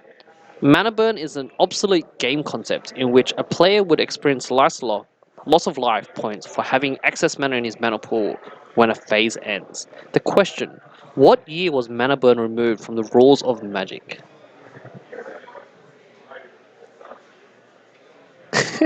Should come back, yeah. Alrighty, we got a question for you if you want to join in there, Tom. Oh, okay, quickly. Yes. Mana burn, you're of course aware of mana burn. Yeah. What year was mana burn removed from the rules of Magic? Oof, not a clue. If I had to guess, I'd say 1998. Mm. 98. I did get us a backup match, though. Oh, that's great. Yeah, so we have James versus Daniel. They already finished their match, but they'll play one on camera for us. Nice. Which is fantastic. Looks like we're going to be seeing You said what year? 1998? 98? Wow, Yeah. you're totally off. Oof. So, according to my answer here, and fact check me here, guys, it was removed from the rules of Magic in core set M10. All right, 2010. M10. It was Yeah. it was removed in M10. Holy moly. 2009, actually. Yeah. That's just like barely after when I started playing, actually. I started playing around like Alara time, so Yep. So yeah, well, I'm M10 surprised. had mana bars. Yeah, it was almost removed in core set 6th edition, but Mark Rosewater fought to keep it in. Then later removed it in M10 to free up design space. Okay. Huh. That is Alrighty. way later than I thought it would. Like in the early 90s, because it was a interesting mechanic. Let's just say interesting at best. Yeah, pretty much. Great. Getting names up. James. We have James versus who? Daniel? Yeah, so we have Daniel on the right with Reanimator, and James on the left with his classic Ant Storm. So it shouldn't take too long.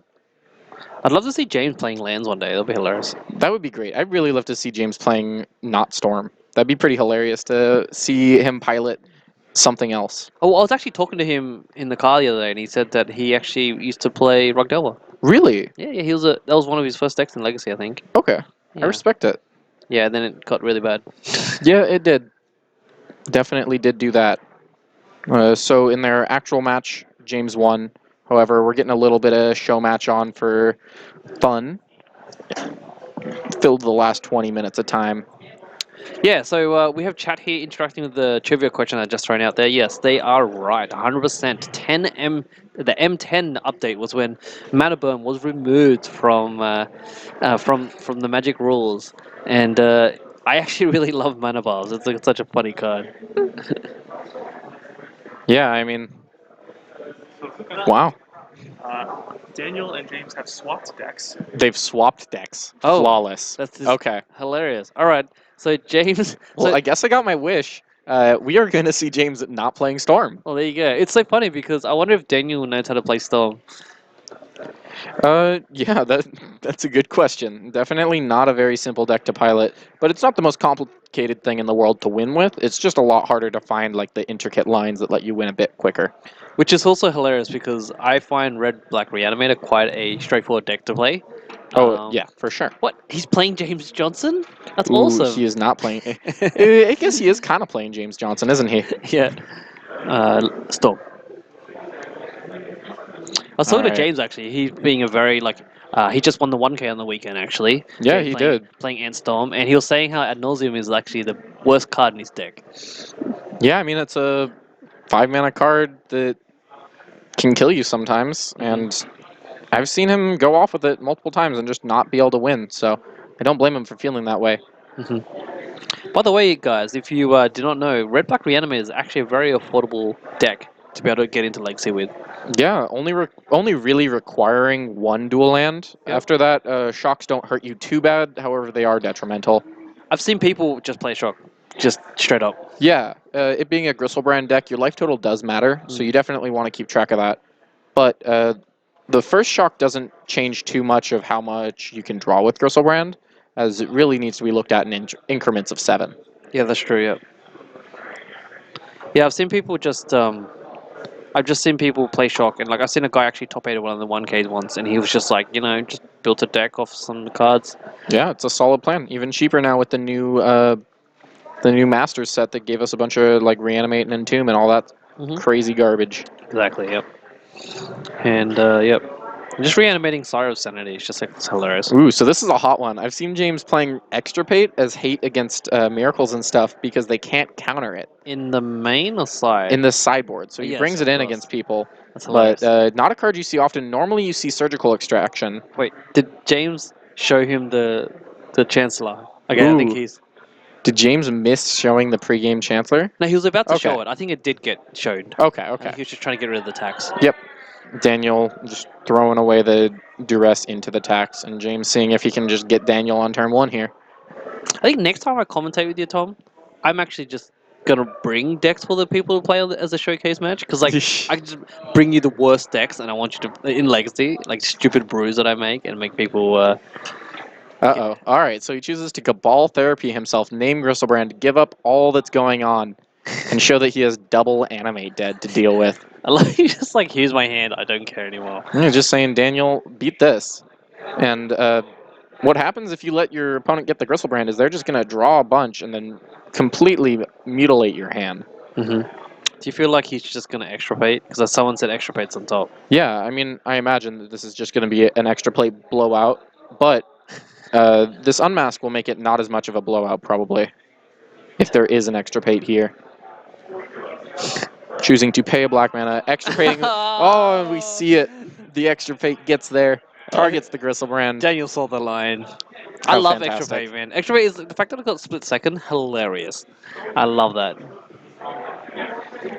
Gas card, printed way before Surgical Extraction. Oh, was it? Oh yeah, this was printed in Planar Chaos, I believe. Oh, nice, nice. So, like, much older card than Surgical Extraction. Does pretty much the same thing, though, except it costs a real black mana and has split second. Oh man, I have good memories with Split Second. Like some of the best memories with Split Second. I love playing Sudden Shock. All right, now we see the Unmask Resolve getting the Chain of Vapor out of his hand. So it looks like they actually chose to play this game post-board, which is smart. Yeah, which makes And sense. now both of them have a handful of doing nothing. So this is great. Daniel's just going to play the Thoughtseize, make the hand even worse. Oh, All so right, good. here we go. The grindiest matchup there is, Storm versus Red-Black Reanimator. With no cards. With no cards. You might could- be able to... I mean, he's got Faceless Looting Fodder. Like, I don't think Yeah. he can even cast the Chancellors. No, he definitely can't cast the Chancellors. No, wait. If he has 3 petals. All right, I guess I 3? shouldn't say he definitely can't. Hey, fact checking you. No, you're right. You're right. It's a good fact check. All right, here's the Brainstorm. Brainstorm, it does make bad hands good. I keep saying True. it because it keeps being true. I wonder what people could do between matches. As in chat was saying how people used to play Invasion Block pre-constructed in pre-constructed decks in high school between matches. But like, what would you suggest for like people to fun things to do between matches? We used to have a Judge's Tower on between matches. Mhm. That was a quality one to put up. Battle Box is another cool one. I was gonna say Battle Box is something that's really fun because my friend makes really fun Battle Boxes. Pai Gao, Pie a solid one. Cracker Packs. Duress. All right. Seeing what's going on with James Johnson. What's going on with James Johnson is straight lands. So it looks like they're both in the do-nothing territory. James should be knowing that he should be fetching, all right, to thin his library, because if Daniel's gonna go off, he's gonna go off. Brainstorm, dude. Ingrains in your brain, and you never crack your fetches. That's true. Yeah, you're right. Because he should be cracking. I think he should be. All right, now he's Yeah, cracking. he realizes it. Although I think he's doing this because he has an Unmask in hand and wants to hard cast it. Gotcha. I think that's what we're about to see is a hard cast Unmask. And Unmask is just a good Thoughtseize, right? Yeah, it just takes anything that isn't a land. Gotcha. So depending on if you think 4 mana for Thoughtseize is good, it is Thoughtseize. It can cost 0 mana or 4 mana. By the way, speaking of There's the Unmask. Speaking of bandless cards, before I was thinking like Mind Twist is also banned in Legacy. It is, and probably for good reason. Oh, Mind Twist. I used to play that in Cube. That was hilarious. It's a hell of a card. As soon as you get to 4 mana, discard 3 at random generally will ruin hands. So He's ready to Ooh, discard. the already. Faithless Looting. Finally finds some stuff. Wow, Faithless Looting so powerful. Turns 2 big creatures into 2 reanimation spells. The second extirpate right out of Daniel. This is fantastic. Okay. Oh wow. So now we see the opposite problem for James. He has absolutely nothing to reanimate in his yard and a handful of reanimation spells, which is a whole lot worse, actually. I think he's just dead, right? Like, does Daniel bring anything else in? I imagine he has a Tidespout Tyrant, and I think I actually spotted it in there. Yeah. But he's definitely running low on like things to go with. He can reanimate. No, wait, no, Storm would not have creatures. I was supposed to say he can No. reanimate opponent's creatures. All right. Oh, that was good. The second extra bait, that's hilarious. Well, he can flashback Faith is leading. Yeah, I imagine that's what he's about to do, but he'll run out of Faithless Lootings fairly quickly. Draws more reanimation spells and the Entomb. That's exactly what James needed to find. Yep. So, I think I saw a Dark Ritual. I believe James can actually just go again this turn after the second extirpate. Going off It's again. got to be brutal for Daniel. And then out of nowhere, James has randomly a Snapcaster in his deck that he never knew. Oh, as you do. All right. Choosing what to put back or what to put into the graveyard, but it doesn't really matter because we're about to see a Tide Spout. I wonder if James has casted Dark Ritual before. I think he has once or twice, Yeah, okay. but I'm not super familiar with how much he's cast Dark Ritual. Oh, Ooh, grabs the Iona, That's a good and that card. one's going to shut it all down. Daniel says that's good enough to clean it up. We'll stop there. That was a good game to have on camera. That was a quality Bit of fun. entertainment experience right there. I forgot about Iona. I did too. I didn't expect it to be in post board against Storm, but I guess just naming black and you can't lose anymore, huh?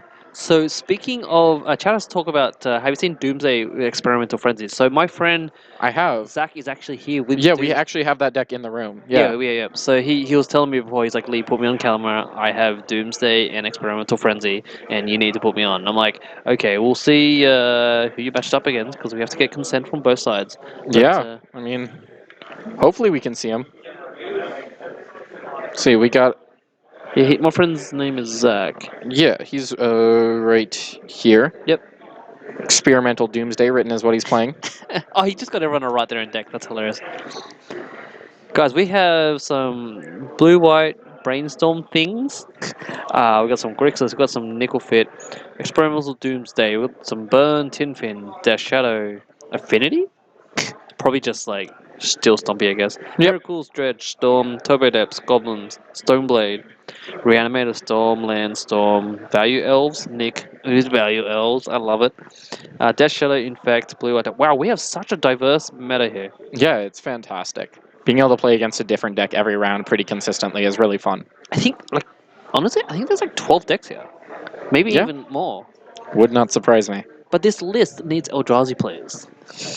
Does it really? It does. Does any Legacy metagame breakdown need Eldrazi players? He wrote, I think Kelly's playing Dark Confidant Bolt Buried Alive Therapy? I don't know. I think he means Grixis Phoenix. Yeah, that sounds right. He wrote, I tried. He did a fantastic job. He got Yeah. everyone's deck except one. Exactly. That's exactly what we needed. I'll say thank you to the judge later. Alright, we're in the next game. No, they're just going. I just firing them off. Yeah, I imagine so. Nice. I would guess that this Iona is on black, so that allows Daniel to play his Ponders. Gotcha. Man, Could find a Chain of Vapor, although I think 2 of them were already taken, so I'm not sure if there's another. But Faithless Looting is such a broken card. Faithless Looting is a very, very good Magic card. In the right deck, it acts very similarly to Brainstorm, actually. You should play it in your deck. Yeah, I should play it in my deck. I do have red in my deck, but I don't have a lot of great graveyard interaction in Sneak and Show, so... You can reshuffle your library, I recall. You got me there. Got it. There we go. The Iona beats down to 4. Daniel trying to find the Chain of Vapor. That doesn't look like a Chain of Vapor to me. That looks like a Dark Ritual, and he'll scoop it up to James Johnson. Fantastic. What a game. All right, so do we want to move to trivia for the next few minutes and then have the next round? Once the next round goes up, we'll get another match on? Judge, thank you for getting the meta breakdown. That was good. Thank you. Yeah, great job.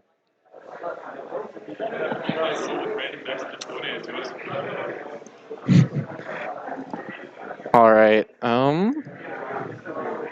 We're back. Hey guys, we're back here in the booth. Hope you guys enjoying some of the sort of side feature matches that we're doing there. Yeah, that was a great feature match to have on too. It definitely went in a direction that I was not expecting because of the double extirpate. Double extra rate. Oh man, just when you really hate there's graveyard interactions, you got to get them in. Oh, it's pretty cute too. Yep. So someone was talking in chat. They were talking about Doomsday with Crackling Drake. Seems pretty good.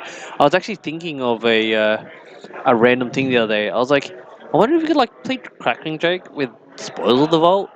I never thought of Crackling Drake and Doomsday, because Doomsday exiles the entire library besides the 5 cards, right? Yeah, so it'd just be a million. That's Actually, fantastic. million/4. That's fantastic. Okay.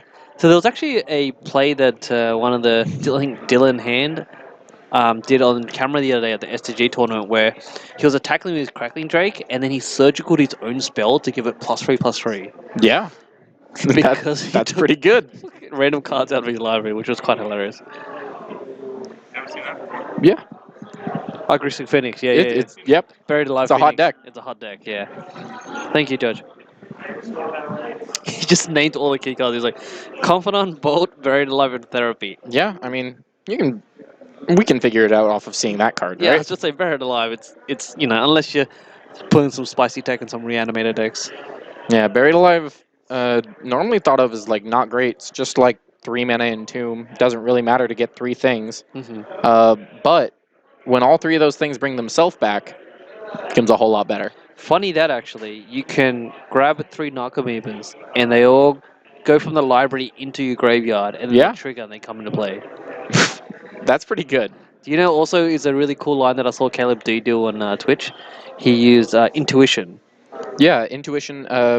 Have you seen the Intuition burn decks that run Intuition and Creeping Chill? I was just about to say that, yeah. Mm. Grabbing 3 Creeping Chills. Yeah.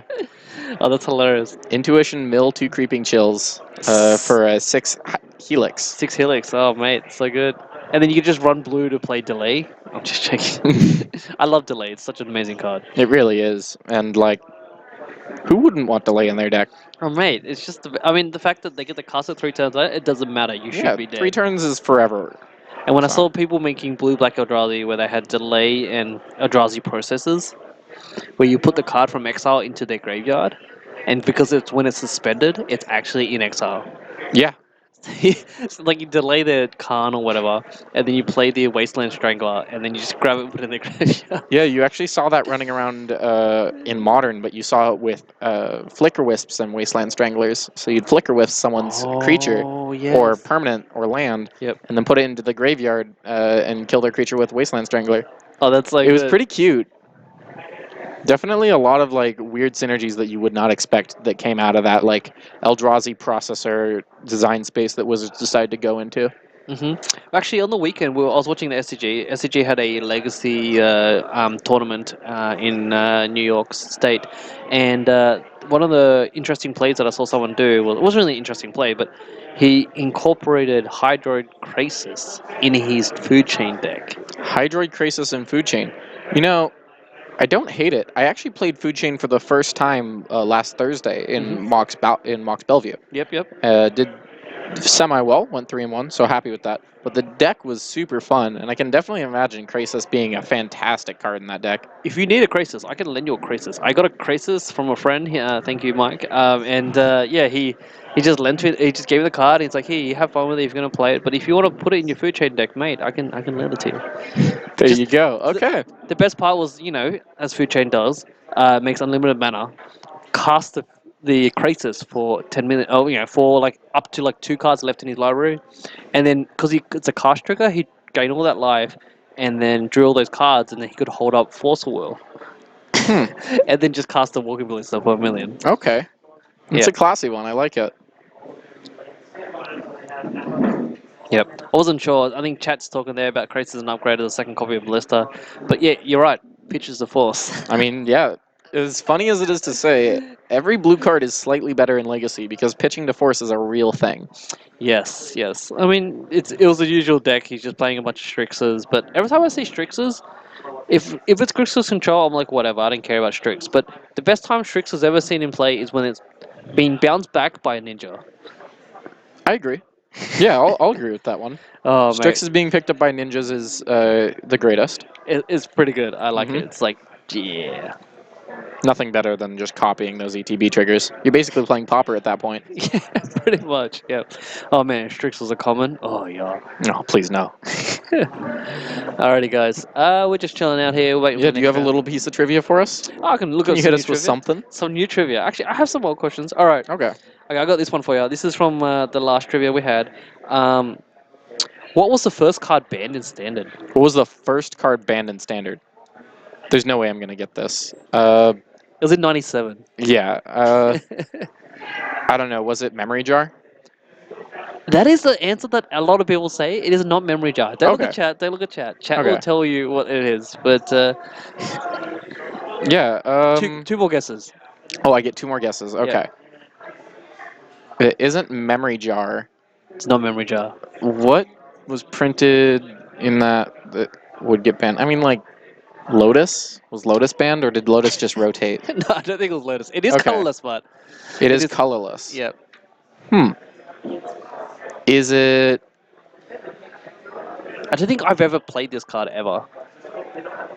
Is it Icy Manipulator? I'm not sure.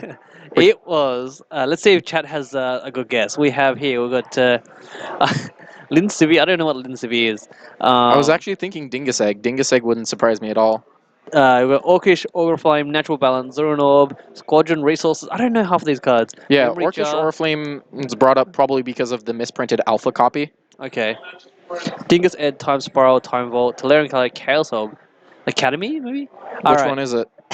The card is Zero Orb. Zurin Orb. Okay. The card combined with Armageddon saw players sacrificing their lands before they were all destroyed. And did you know, before 96, cards could be restricted in Standard. Only one copy allowed in per deck. So at the end of 96, Standard changed to a deck list only, with all the cards previously restricted shifting into the new ban list rules. That's fair.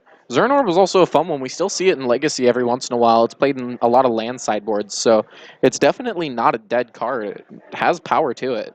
Yeah, it's you just sack it all to the Process Progress, right? Yeah.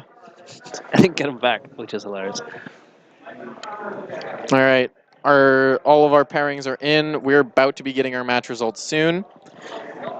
Is there anyone in particular you want to see? I know you wanted to see your friend Zachary on Doomsday. I mean, Doomsday is a really fast deck, and normally they just play a bunch of cantrips until they're ready to go off, and they just go. But Experimental Frenzy, I just want to see that shenanigans happen on camera, right? It's definitely shenanigans. We'll see who's paired up with, and we have to get consent from both sides. But I'm also interested to see. I mean, Value Elves. I really, really love Value Elves. Have you seen how that deck works? Is it the one that plays the new Archon, the green-white Archon? No, it's playing Beast Whisperer, 4 of. Oh, I've never seen that. Okay, I've so never seen that running around. Value Elves is basically they get rid of Glimpse, right? And they're playing 4 Beast Whisperers. And they also play Priest of Titania. Do you know what she does? Priest of Titania? Mm-hmm. Yeah, she taps for equal to the number of creatures you have, correct? Each elves, yep. Each elf, okay. Yeah, so it plays less 1-drops. I mean, it still has a bunch of 1-drops, but it has Priest of Titania, it has, Usual, Cradle, and Natural Order, but it has Beast Whisperer. And they're really just like going off with their engine of like a million cards, and then they can untap the Priest and make more mana. Because it's an elf. That's a pretty cute one. Yeah, so I mean, it definitely would generate a lot more mana. I know Priest used to be played in a lot of Elves decks, but has slowly, reeled down in its popularity. Personally, myself, I would probably just play a Priest if I couldn't afford Cradles. All right, what do we got here? We had... Let's see what Zach is on. Zach is 1-on-1. Nick is playing Value Elves, right? Yep. Do you want to get Nick and Robin? Sure. Or is your friend... He's a 1-on-1. He's 1-on-1? But we can get Nick and Robin. Yeah, let's get Nick and Robin. Table 2? Table 2, sure. Table 2. Perfect. Table 2. Nick and Robin. All right, so we're going to get to see this Value Elves in action. We just saw it being talked about. I'm excited to see this. I haven't actually seen Value Elves running around yet. Yeah, so I got beat down by it a few weeks ago just because I played Chalice on 1 and he still got around it with a bunch of 2-drops. But, they just... There's no Glimpse anymore, but there is, Beast Whisperer. It's a 2/3 randomly. Yeah. But, even though it's 4 mana, it's an elf deck. You can cast it pretty fast. For sure. I mean, Beast Whisperer is it is Glimpse. And it gets hit by a whole lot less, too. There's a lot of non-creature counter magic in Legacy, so being able to avoid that is pretty good. Yep, yep. Alrighty. We're hopefully going to have our players sitting down soon enough. They're all just scrambling around the tournament hall, looking for everybody, looking for their seat. Nice. So I'm pretty proud of myself today. Just picked up a Tundra. Just picked up a Tundra. Yeah. Okay. Nick on left. Perfect.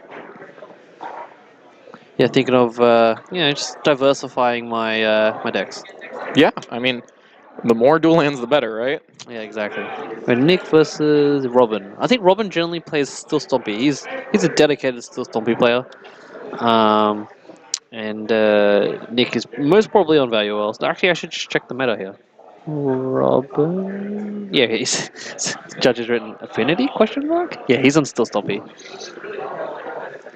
All right, and then These guys are 2-0. Yep. Mate, tonight has gone real fast. I love it. it's great. You don't have to sit around all the time. Exactly. Congratulations to Robin on the weekend. He also made top 8 at the 1K, playing Still Stompy, but unfortunately he lost the back to basics. His opponent on Core Blade played a back to basic, and Robin just stand at him. I saw that. I was casting that tournament. It was Oh, a yeah, right. fantastic tournament to watch, too. Oh man, I was so bummed the whole entire day. I went undefeated in the Swiss, and then I made top 8, and then I lost to Eldrazi, which I beat him in the Swiss. Good player. We always play against and practice together. But I didn't get any feature. Like, I didn't get any matches on stream. Like I was playing my favorite deck as well. Happens when there's another Eldrazi player in the room with a really sweet list. Yes, you're right. He was playing Red Eldrazi or Blood Sun Eldrazi. It was amazing. I want to sleeve it up myself, mate. You know what?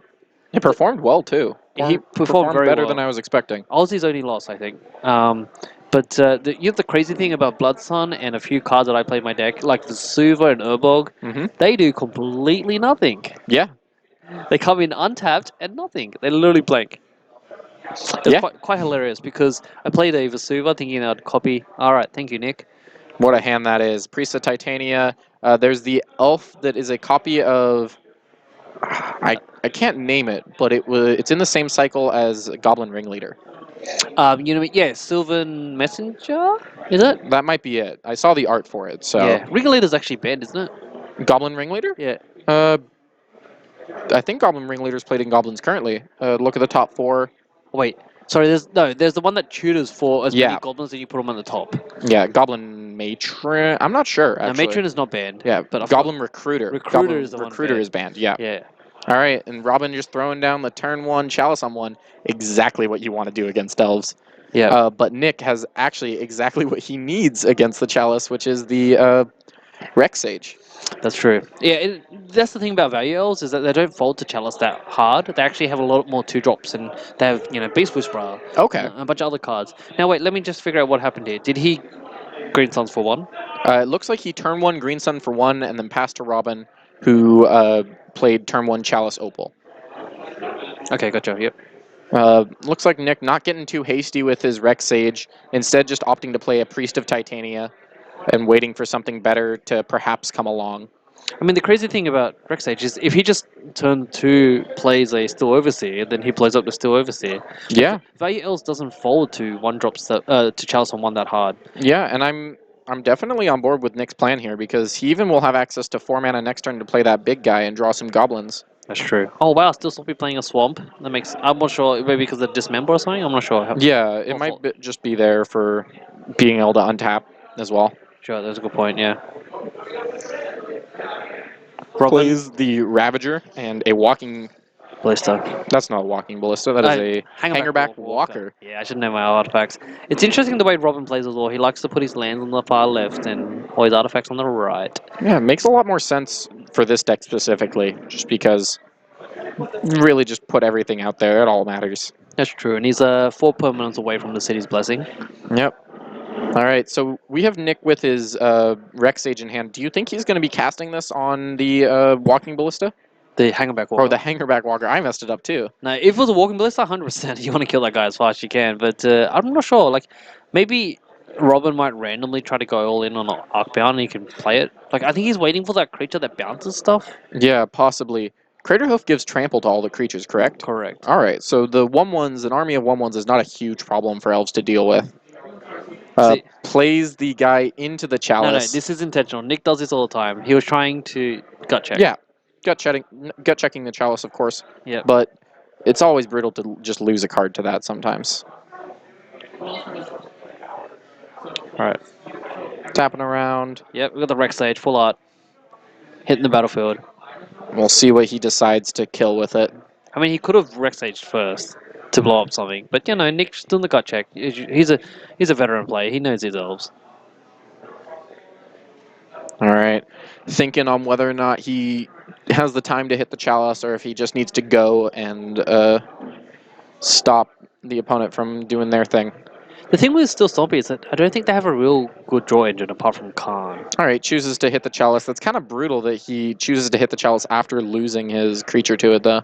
That's true. That's true. Maybe again, he was probably just testing it out, see if he can get a free card out of it. Yeah.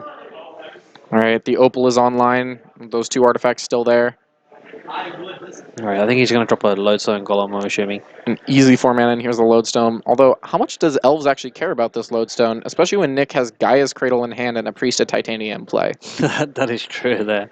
Yeah. Does it actually matter? I mean, he's got all these dogs. I mean, he hasn't got the dogs in play yet, but yeah, he's got a bunch of creatures. We have 26 players, I think. Yep, sounds about right. I think that was what our judge told us. 3 late commons, but all good. Slowly, that Ancient Tomb whittling down Robin. Mate, he can just start whacking. He can just start attacking, right? Oh, Yes, Green he Suns can. for 2. What do you think he's grabbing here? Is Priest? that a Green Suns for 2? I'm not sure. Maybe a Visionary? I imagine that he would get a Wirewood, and that's what he's doing anyway. Oh, you're right. Gets a Wirewood, and now he's just going to pick up this Rex Sage over and over, and this is going to destroy Robin. Wait, I wonder why he did it for 2.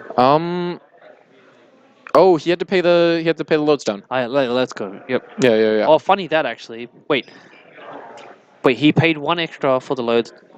Yep. So you pay 1 into the Lodestone and 1 into the X, and 1 into the green. Okay, so that's 3 mana, right? Yeah. So did he tap 3? Did he tap 4 total? No, he did it X equals 1. Okay, yeah, gotcha. Yep, and then you just add the extra. Okay, makes sense. All right. So plays the Elfish guy. Yeah, draw some cards. Draw some cards, gain some life, draw some cards. But did he just draw 4 cards off that? Yeah, I think he hit quad Elves, so that's pretty gas. Sitting on a whole lot of mana. Yep, he's getting some value, you would say. Yes, sir. Yes, he is. Plenty of value, if I do say so myself. Wait, what's he playing now? Another priest. No, that looks like the tap 2 creatures to make a green or to make a multicolor mana. Oh yeah, any color. Yeah, you're right. And he's untapping. Oh, bouncing back the Rex Sage. Playing it again, and honestly, this is most of Nick's plan now, is to just play this Rex Sage 3 times or 2 times a turn, and just destroy Robin's stuff faster than he can play it. I wonder what he's targeting with the Rex Sage. I think at this moment you want to just target the Lodestone Golem. I have to imagine this one's going at the Lodestone. The rest of the targets seem pretty blank, not really. Although you definitely want to hit this Walker sooner rather than later, because every card that you kill is going to be another counter on that Walker. That's true, yeah. I mean, the Walker is still not flying until, he gets killed. So right now, the Walker would only just run into a bunch of Elves. Yeah, but it will grow pretty quickly. Again, he's going to sack artifacts, but he can also add a counter to it every end of Nick's turn. Mm-hmm. He left a mana up for that this time around, actually. Oh, you're right. He can activate the ability, yep. There you go. Speak of the devil. Look at that. Going up pretty quickly. Mm-hmm. Wow, is that a nearly fully foiled? No, he's got a bunch of foils there. Yeah. Oh, that's a second Ravager in hand. That's going to be a pain in the butt to deal with. Because Ravager, such a house at just making all of your artifact removal very, very not great. Yeah. And the modular triggers start stacking well onto each other. You actually get a net 2 counters for sacking a Ravager, whereas you'd get a net 1 for sacking any other artifact that doesn't have modular. Yeah, I learned the hard way that that modular is actually affiliated with the graveyard. Yeah, it is. And that's a second Hangerback Walker. That might actually let Robin end the game. Oh, This will let Robin make a ton of creatures because... It's not Hangerback, it's a Blister. Oh, that's a Ballista. Actually, if that's a ballista, Robin might be able to win the game. I think he's just gonna shred everything. Wait, If I do the quick math, 1, 2. He's gonna shred a bunch of things. I mean, he can activate his land as well and sack that, but there's gonna be a lot of bloodshed. Yeah, so if I'm correct, I believe Robin can get that ballista up to 10. I believe he can get it up to 10. So sack one. Mm. But yeah, Animate that, sack it. Oh, you can also activate the hanger back and sack all his tokens. Yeah. Hey, that's gross. That's why it's so darn good. Looks like he did the math. He might actually just have lethal here. That's pretty crazy. Wait, you should put your counters on the hanger back. Yeah, so he puts the modular onto the hanger back.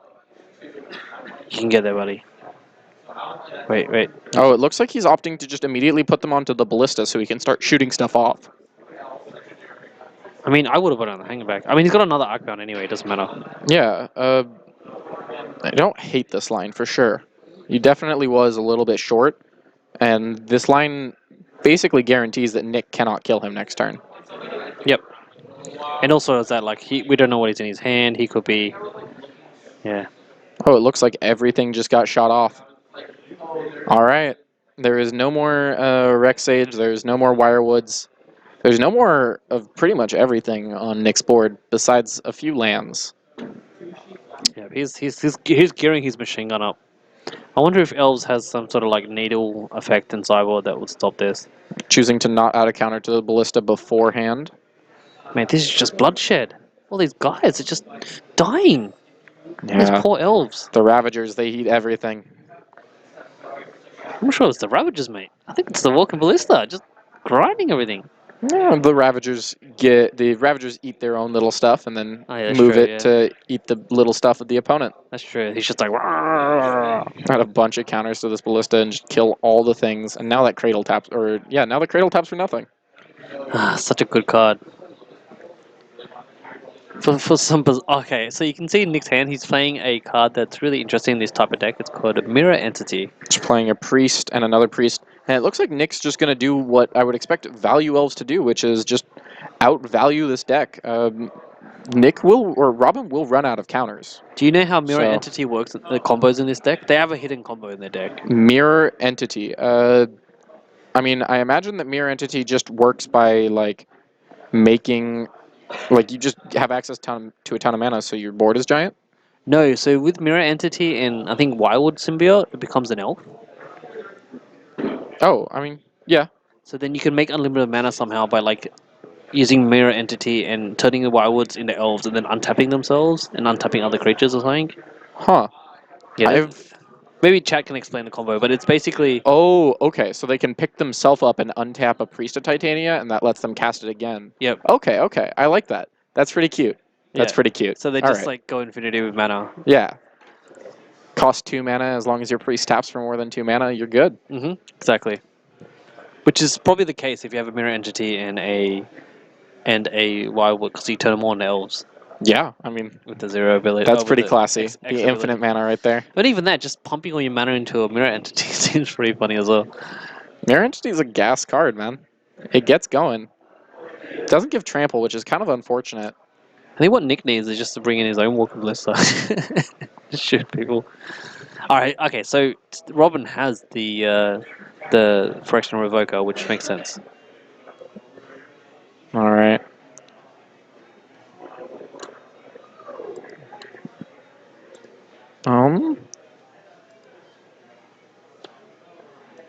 Yeah, I'm not sure.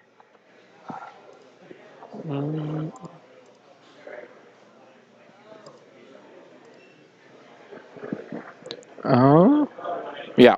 So I'm not sure what Nick is going to do, but he's definitely not out of this game. This Ballista will run out of counters if Nick keeps playing big enough stuff. So, and that is a Mirror Entity. Mirror Entities can be pretty big, in case you didn't know. Robin reading that card, probably not super familiar with what it does, but it's a relevant card. Yeah, right now he can make all his creatures a 4/4? Yeah, 4/4? Yeah, looks like it. It's not bad. Not bad, yeah. I mean, against a number of like 1/1s and 1/1s and a 2/1. Again, it can be responded to by adding or by dealing a damage. Yep. But Robin's hitting himself as well. He's every time tuned. he wants to add a counter onto that walking ballista, it's going to take 2 damage from that Ancient Tomb. So, Yep. and there's another Ancient Tomb. Not really what Robin wanted to see. Too many Asian tunes, mate. They start hurting. The damage starts to matter. Going down to 6, plays another Revoker. And I imagine this is just going to name the Changeling if it didn't already. Yeah, just name Mirror Entity again. I mean, you got a fetch and response, right? Yeah, I'm pretty sure Robin didn't know about the Mirror Entity before. So I definitely have to get a call on what those are naming. Hello, Judge. Hello, Judge. It's fine. All I'll be back. I'll just ask him. right. Cutting away, really just trying to grind out what Robin's got going on, though. It's going to be a hard job for Nick. I'm going to see what he's rolling around with. I think I see a second Mirror Entity in his hand. And is that a Beast Whisperer? I think he may have just drawn a Beast Whisperer, in which case, I think he just drew a Beast Whisperer. So, Robin named Heritage Druid with the first Revoker. I didn't think. Yeah. Which is actually relevant, yeah. No, it makes sense. because it can name mana abilities. Yes, it right? can. Yes, it does stop mana abilities. So naming Heritage Druid, definitely a very... Probably the name if you're against Elves. Which makes sense, but I think he killed it last time. But yeah, it stops. That's a Quirion Ranger draw. I don't know what he named the second time because I wasn't there when they. Yeah, but We're going to get with the Beast Whisperer. This card is Glimpse of Nature on a creature. Yep. It's Do you know its stat line? It's 2/3. Whenever you cast this creature spell, you draw a card. Okay. It's a double green, 2 colorless. Yep. It's played in standard and Azuri. Yeah. There we go. The Azuri is what you want to be seeing against a ballista like this Did he too. draw a card? He should have drawn a card. Yeah, it looks like he did. Okay, gotcha. Plays the Cradle. There, Kevin. What is Robin doing?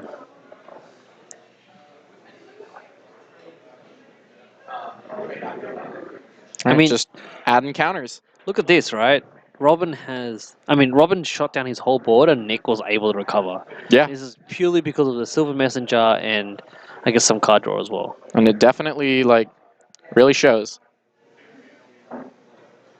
The value part of this deck really shows why it's called value. And if you looked at a normal Elves deck, if you took a normal Elves list, it would have folded to what Robin's doing. Oh, for sure. He would have won long time ago. We would have been in game 2 or 3 right now. Oh, definitely. And instead of that, we get to see this fantastic grind of a game. It actually feels like standard. It does feel like standard. You're right. A bunch of creatures and permanents and yay, lots of combat maths. But let's be honest, no one has really been attacking each other. No. Pretty much all of Robin's damage is actually due to himself, too. Yeah, Robin's been Most hurting of those are himself. from Ancient Tombs, and that tap is actually going to mark the last time any of those Ancient Tombs are allowed to be tapped. So Yeah, I think Nick's also doing damage to himself as well from the Horizon Canopy and maybe a few shots from some attacks here and there. But yeah, right. Robin's on 2. yeah. I imagine that Horizon Canopy did a bit less damage just because it can tap for colorless for free. Do you know what Nick needs to play? What's that green card? I think it's like a Windstorm or something. The green card that does damage to each player. Ooh, that would be what he wants right here. Just tie the game, go to game 2. No, just Windstorm for 2. And just each player takes 2 damage. Oh, you're right. Yeah. What am I even thinking? But yeah, here he just gets to go. A Hurricane, that's it. Yeah. Okay. And just casting creatures, drawing cards. Oh, so good. Mirror Entity. And he got a Cradle to make everyone a 4/4 or 5/5. He's got 2 cards in play that are named right now, so that's pretty hilarious. Drawing cards. Oh, wow. 5 mana. Oh, get him. Oh, Visionary. That's Draw 2 cards. That's what he wanted to see. This is where this game ends. This is where Nick has now run away with the game. Robin only has effectively two lands. Play another Cradle. Oh, that's the best. Oh, here we go. Oh, this is about... Oh, he's counting the Somehow, out of nothing, this was saved. That is a second Beast Whisperer. Another Beast Whisperer. We're moving. This is hilarious, guys. We're moving real quick. Oh mate, this is value. Oh wait, draw Another 3 cards. Draw 3 cards. Have you heard of Ancestral Recall? I heard that card's good. Ancestral Elf. Ancestral Elf. Ancestral Recall plus a 1/1? Yeah, what's a 1/1?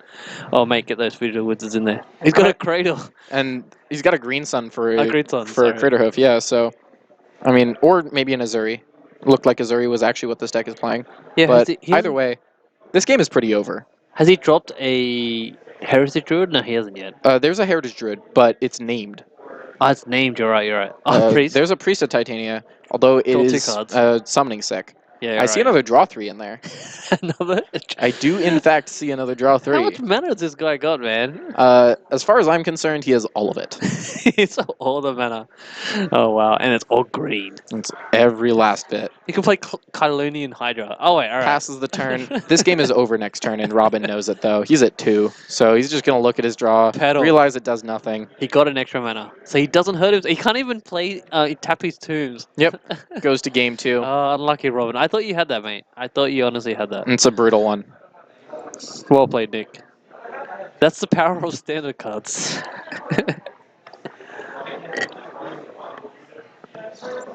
All right, Oh, I'm man, going that to was- sideboards. That was fun. That was like, this is why when I versed last time I versed Nick, I had like I think what did I have? I had a Chalice in play, and I had no gas in my hand. I'm like, mate, just go, just cast your spells. I want to see how you win. And he's just like, okay, and he vomits out like I think 17 cards, and I'm just like, ugh. I'm like, but it was rather. It's fun. great. It was great to watch. It was great to watch. He's just like doing exactly that. Yeah. Right. Bringing in the Scrib Ranger, or that's not Scrib Ranger, is it? No, it is the snake tree, the snake shaman elf or something that like taps a creature that has flying. Do you remember what it's called? Something shaman. It's used for dark depths, right? It deals 1 damage as well to a flyer. It deals 1 damage to a flyer and it doesn't Oh. untap, right? What's it Yeah. called? Yeah, I believe it's any damage done to the creature and it doesn't tap.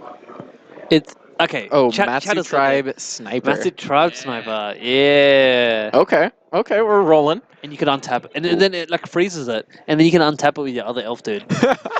All right, that's great. So it just does damage to any creature? Oh, with flying. All right. I think we also saw a Null Rod come in, actually. That would make sense. Yeah, that card seems pretty good against Steel Stompy, turning off half their deck. Well, yeah, when it deals damage to a creature, tap that creature and it doesn't untap. Wow. You just block a creature and then it just taps it. Like a Gurmag Angler or something. But it's a 1/1. Oh yeah, to block a Gurmag, that's actually right. A lethal threat and you feel really good. And it's also hilariously 2 mana because you want to get around that chalice, right? Yeah, I mean, he also just saw some Thopters and might be worried about losing to an army of Thopters coming out. But with that card in and a Wirewood or 2, he can like pick off 2 to 3 Thopters per turn and like stop himself from getting ground out that way. That's true, yep. I mean, I'm assuming it's in there because of Merit Lage, but yeah. I don't know why he's like. What are some? I mean, you're talking about Volt Scourge, right? There's that Volt Scourge guy that like a 1/1. Yeah, the 1/1 lifelinker for 1 and a Phyrexian. Yep. Yeah, picking that off, not bad. It's also nice to always have that threat. You don't actually have to kill the creature. You just have to make sure that your opponent can't Ravager to it. Exactly. Yep. And you could also randomly pick up, like you could shoot. No, you could block as a steel overseer. Huh. Just like if it randomly is like a 5/5 zone, you block it and then it can't untap. Oh, that's a big deal, actually. That's a really big deal. Okay. I don't know. I'm just throwing out scenarios. Oh, This card has a lot of value to it. so Nick has he has a null rod in his hand. He's Yeah. like, I can see it. I can see it right there. There you go. Robin showing us the turn 1 Chalice on 1. Nick showing us the turn 1 Cavern on Elves. Not caring about Chalice. love Robin how- pointing out his trigger, but it doesn't really matter. I love how like the best part is like he played a city, which is sometimes the worst and best card in your deck. All right, Ratchet Bomb. That makes sense. All right, I mean, if Robin's going to have an opener, this is the opener to have. You Ratchet Bomb, you got the Chalice on 1, you kill their thing, That's so good. but this No- is going to shut Null down Rod, the game. Null Rod. A Null Rod. Oh. Robin's not going to have a whole lot to do now, Look at as Robin. he has no lands in play. He's just staring. It's like a lot of counter in response, but he's definitely not going to blow it up on 0. I love he just like stood there. He's just like no rod. Yeah. And I imagine Steel Stompy has no way to get rid of this Null Rod. Yeah, so I'm assuming Nick here is going to bring in his Mikasi Lattice out of the sideboard to turn every permanent into an artifact. Even better, no one needs to tap lands. Yep. But this game will end on this Null Rod. I doubt Robin has much of a chance at this point. I imagine Nick is just going to go nuts with his priest and stuff. Do you know what card I used to play in Modern Elves? What card did you use to play in Modern Elves? It's a 7-mana artifact that gives all your creatures protection from black and red, and flying, first strike, vigilance, and lifelink. Is it a Chroma Chroma's Memorial? Yeah, a Chroma's Memorial. Hot. I used to play that in my modern day because you just make a bunch of mana with the 3-mana Lord, and then you play a Chroma's Memorial. Huh. Protection from Pyroclasm. Yeah, that is protection from Pyroclasm, in fact. Here we see Elvish Ringleader. Not actually what it's called, but it's basically what it is. Basically Green Ringleader. Oh, Nettle Sentinel. He's got a chalice there, but And another Ringleader, so they're just going to keep going. Nick is kind of just enjoying himself here, taking his sweet time See with if he's his gonna play another second cradle in hand. His cradle tapping for 4 now. he's storming off. I think he's already on like 3 or 4 storm. Pretty much. What's the point of these cradles if they just keep going to the bin, mate? I mean, as long as they act as better Dark Rituals. And he just played 2 more cradles. Yes, he did just play 2 more cradles. So I believe Nick now has 4 cradles, if I'm not mistaken. That's true. So I think the math at 4 cradles is you win the game. Our best part is playing a Jute with a Null Rod in play. He's just like a Jute pass. The do-nothing Jitte. That's so unfortunate. Not only can you not equip it, but you can't use its abilities. Yes, that's true. And I mean, the main thing here is that Robin is going to gain 1 from the fake metalcraft of his Inventor's Fair. He is going to do that. Yes. And he Just put the Jitte over to the put side. the Jet out of the side. Not really doing a whole lot. Right. And here's the Rex Sage, just for a little bit of rubbins. Asking if he wants to point at the Null Rod. Not quite. Oh, man. Worth a try. He could have rediverted. Oh, wouldn't that be great? That would The be... redivert. Mate, I would have just gotten up and just went, alright, I'm done for the night. Probably walk away. Alright, so he's got 3 cradles in play. Makes complete sense. And has he played that snake triber? There, is I that found it. Found it. There It's you go. not an elf, though. Fun fact. Oh, damn. It is a snake warrior archer. I've always wanted to play my archer tribal deck. I didn't even know archer was a creature type. Are there enough archers to do Archer Tribal? I mean, I'm assuming there's a bunch of human archers, but I think they're just human warriors, aren't they? Are there any Archer lords that aren't like the lords that act as any lord? Mate, I think I'm just going to ask that at my next trivia. Okay. If Okay. there's any more Do that. archers. I'll do some research, guys. I'll get back to you. I think Robin is in the driver's seat here. He's definitely threatening Nick with his Ratchet Bomb that he can't activate. Yeah, very, very scary in case the mono colorless deck is able to kill this Null Rod. Yep. I mean, he had a Swamp, which are really good at destroying artifacts, right? Yeah, Gate to Phyrexia is a legal card in Legacy. So Gate to Phyrexia? What does that do? Gate to Phyrexia, a Antiquities enchantment, and I believe like the only black card that destroys artifacts. Mhm. It's black for it, and every upkeep you get to sacrifice a creature to destroy an artifact. I think I might be wrong, but I know it is a card that destroys artifacts and is black. Did he just play 6 elves at once? Yeah, put them all on the stack at the same time. Got to hold priority with them, you know? Alrighty. Oh, mate. Oh, wow. Okay, now, so literally, I'm not joking. He's just playing standard right now. He's just attacking with a bunch of elves, and he definitely has the city's blessing. Nick, if you are watching this video, I'm just gonna say, card, exclamation mark, card. I'm just gonna say you definitely have the city's blessing. Yeah, I mean, you're right. He does have the city's blessing. And this all happened because of a Null Rod. Alright, so Robin has cast a... Yeah. So look at that. I got it right, too. Black, sacrifice a creature, destroy target artifact, activate only during your upkeep, and only once each turn. It's just so much requirement. You need to sack a creature and do it in your upkeep. Yeah. Wow. Perfectly balanced. Alright, I think Nick is just stomping in with a bunch of creatures. He's basically... He made his own Empty the Warrens. Yeah. Yes, he did. with elves. Build your own empty the warrens deck. I love how he's counting his creatures now of his cradle. Well, you got to make sure you can cast what you're casting, you know? Yeah, of course. I think is he credit hoofing? No, I think that's just another elfish ringleader, This is hilarious. This is quite hilarious, guys. as we do. And I'm just waiting for Nick Rigazzo to just mill himself. Yeah, I mean, he has to go through this lodestone golem, but it doesn't really matter. And Robin's going to clean it up to that. This is game 2, right? I believe that was game 2. I believe that's match. That is match. Oh, wow. That was a quick one. What's time we have? 20 minutes left. For as grindy as that was, that was a lot quicker than I expected it to be. I mean, we got to see some good fun there. We did. Value Elves, Still Stompy. I mean, Still Stompy is really strong. They can chalice on one. They have a high chance of doing it. He had a bunch of Revokers. And then Value Elves just doing their thing. Yeah, I mean, the value elves generated all the value. Yeah, I'd say that. He got every bit of value that you can get out of having 4 cradles in play on turn 3. Yeah, if you could name, apart from like Maverick, if you could name like a creature deck that is just really strong in Legacy and isn't just value creatures, it'd be Elves, right? It would be elves, yeah. Yeah. Elves it's a great like deck to have in Legacy too, because it's very different from every other combo deck in the format, where like the majority of the spells you're playing, and in this case, pretty much every spell you're playing is a creature. Something like pretty unique to combo decks as a whole in general in Magic. Yep. So seeing it here is like super fun, super sweet. I also heard as well, like Elves, like the funny thing about Elves is that it's actually, apart from the Cradles, it's a really cheap deck. Yeah, I mean, other than Cradles, of course, a very expensive card. There isn't a lot, I guess, huh? Just play Priest of Titania and some Nykthos. Call it a day. Boom. Dab. The Nykthos might not be as good as Cradle. Just I know, maybe. but like Nykthos is $5. Sometimes you can. I've seen standard decks get there in Legacy, mate. I've seen like a bunch of Harder Kiran attacking over Tumulgos.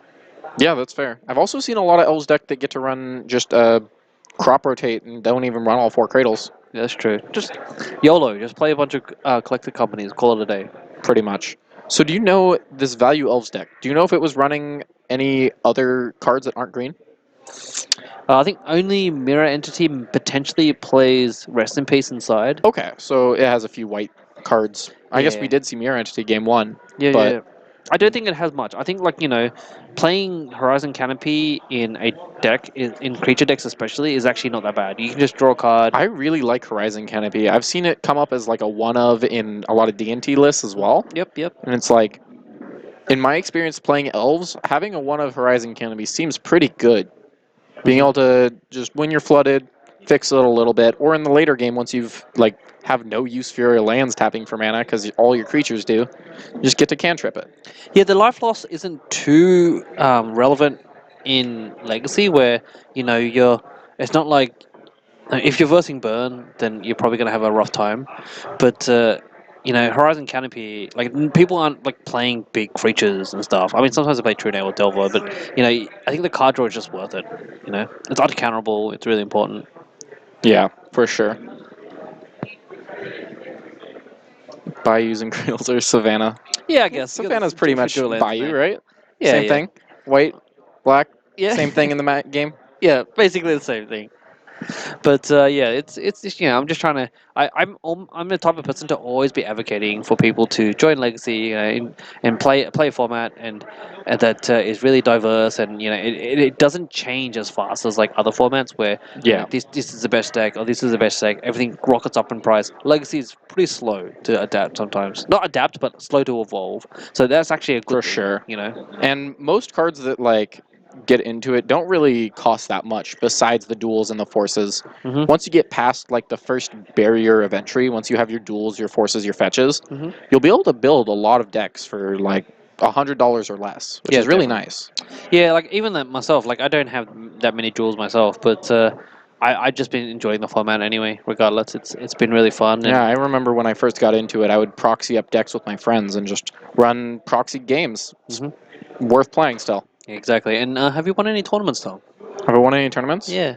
A few, I think. Okay. Like 1 or 2. Just kidding, buddy. We have LPS here at the Card Kingdom where we have a 1K legacy every month, and then the winners of all those 1Ks collectively, and also the people that grind every week, get invited to a big prestigious tournament in June, is it? Yeah, it's a fantastic system that Card Kingdom set up for the Legacy community. It really offers, like, as close as we can get to Premier play in this local, like, community. They try their best to give, like, very good prize support, and you really have to earn your way into it, too. Yeah, my hometown's born and raised from Sydney, and I just know that like sometimes the legacy scene is like on and off. Like we get maybe 10 or 15, maybe just scrape 8 or 6. But here I come and it's minimum like 20, 30 people, and then this Yeah. 1K people rocking up to like 80 people in the tournament I mean, I don't think I've ever come here and not had a Legacy event fire for me. ever, except if there's snow. No, I actually came here about a month ago when it snowed really hard, Yep. and there were still like 12 of us here, and we fired and we played. Oh, It that's was awesome. great. That's awesome. Yeah, dedication. Even in the snow, man. That's it. Even in the snow. You got some dedicated Magic nerds here, man. Some dedicated Magic nerds.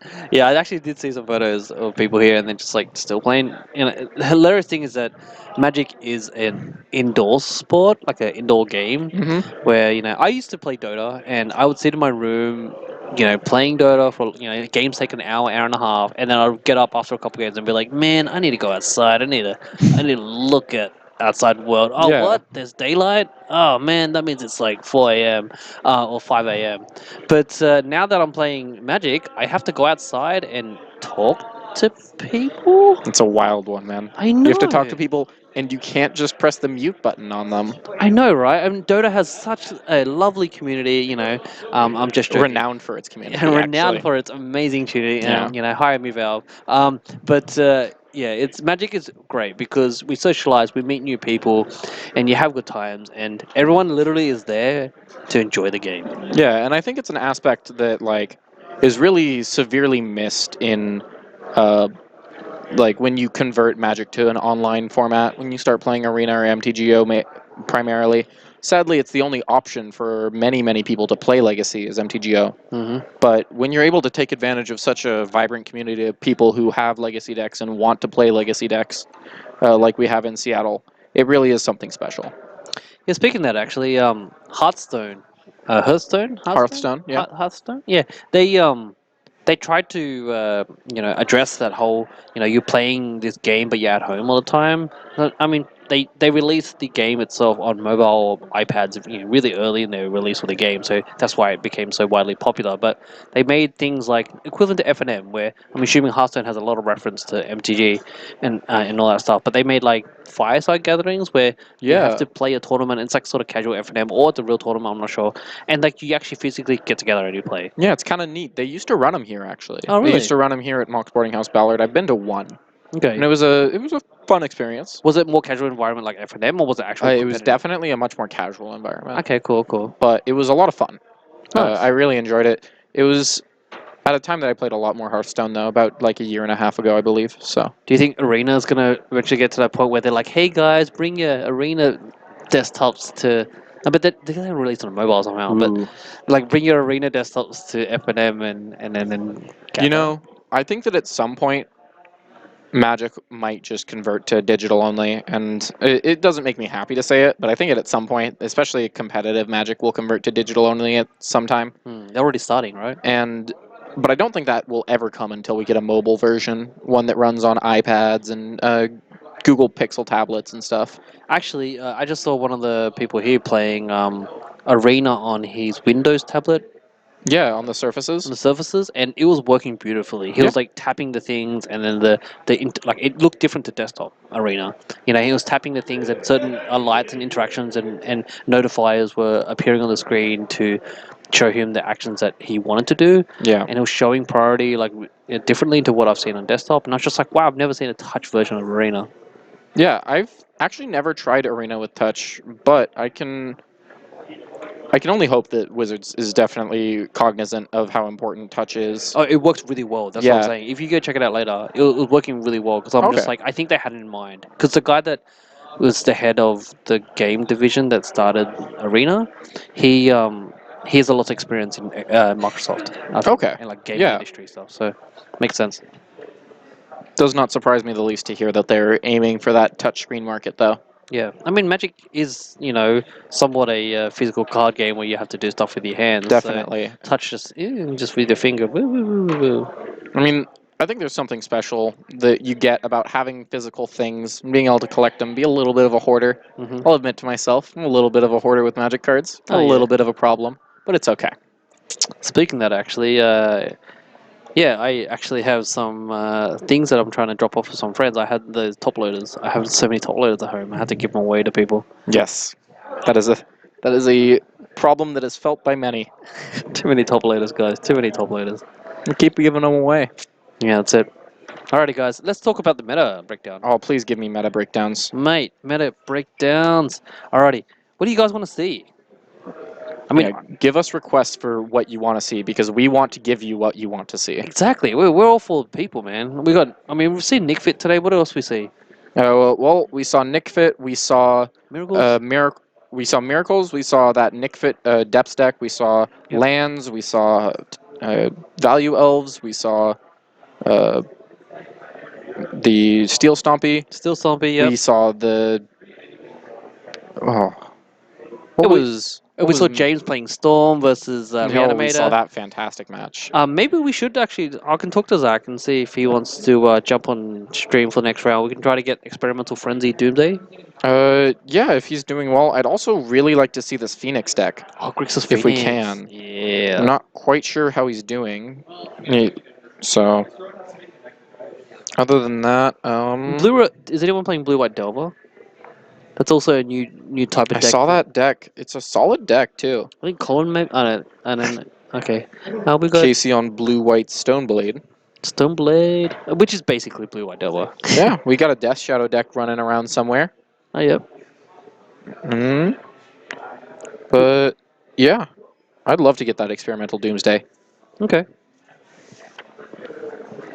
We do have a Phoenix deck running around. Yeah, we've got a Clavin. Grixis Phoenix. I think that guy's actually doing pretty well. But all right, well, maybe I'll ask Doomsday if he wants to come on, and then Doomsday is actually going to be pretty fast if it does win off fast. So we're going to need a backup if people are interested in Phoenix as well. I can map out Yeah. wherever Phoenix is in the room. And Doomsday, a very grindy combo deck though. is it grindy? It's very capable of the grind. Hmm. Out of all of them, it's definitely what I see as like the most capable grindy storm deck. Yeah, because it has ways to. I mean, all you have to do is resolve a Doomsday, right? Most of the time, true. if you resolve a Doomsday, you'll win the game. Yeah, that makes sense. Yeah, I guess. I mean, they don't have probe anymore, but yeah, there's ways to win. Especially with the experimental frenzies. Becomes a whole lot easier when all your cards cantrip for themselves. And you start seeing Lion's Eye Diamond into Lion's Eye Diamond into Lion's Eye Diamond. And Lion's Eye Diamond works really well when you're casting stuff from the top of your deck instead of your hand. Oh yes, that's a good point. Yep. I also I've heard of Frenzy in Belcher Oh, okay. because there's no lands get stuck on. That's pretty gas. Everything's mana basically. That's pretty gas. Frenzy and Belcher, I like it. I mean, Frenzy can go on any deck. 4-mana Future Sight, man. 4-mana Future Sight's a hell of a card. I've also seen people play it in Classic, Affinity, and in Modern, but because everything's nearly like 1 or 0 mana. Yeah. But Belcher, yeah. See, Greg Mitchell also seems to be doing well. What's he on? I think I saw him playing some combo deck. Yeah, he's playing Storm tonight. Plays Okay. Storm. Oh man, that guy is always changing. Like I remember last time, wasn't Greg on like Copycat? He was on, I think he was calling it Meow Mix. Meow Mix. Nice. I like But that. yeah, the twin combo. It's not Twin? actually twin. It's Sahili Rai and the cat. Yep. Felida Guardian. Yeah. Yep. Alrighty, we're gonna take a quick break. How long do we have? 8 minutes. So we should be back within a very short amount of time. Yeah, maybe 5 minutes. I think there's only one match they're waiting on. So we'll take a quick break, 5 minutes. We'll see you guys back.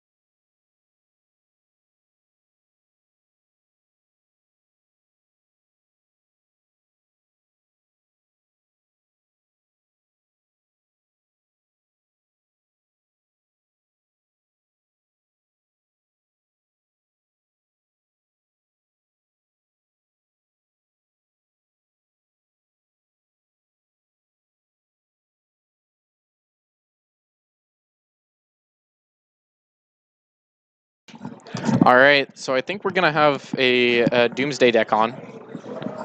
I believe that's the case. Yeah, he's 2-1. Experimental Frenzy is 2-1. And it seems like a lot of people are requesting to see the Doomsday deck as well. Sorry. We would quickly check round 4. Um, Table 4? Oh, Table 4? okay. This is Doomsday versus Manaless Dredge. That's gonna go quick, but it's round 4, right? It is It's round probably 4. fine. Yeah, table 4. Eli. Eli is a dedicated Manaless Dredge deck player. He's going to be versing Zach in playing Experimental Frenzy Doomsday, which is sort of hilarious because both people won't be interacting with each other. So potentially they might just finish in like 20 minutes and then we can get some more matches going on. Or we might just call it a night at that point. Oh, that as well. That's a good point. Yeah, table 4. Maybe even that, like Dredge could take forever, but yeah, we could definitely round out this round. If we're gonna put the fast round on any round, It's round 4 round is the 4. round to do it. That's it, round 4. You guys ready for some action? Zachary doesn't look like he's here right now. Zach, he's here. Zachary. All right. No, I just saw him. He was just there.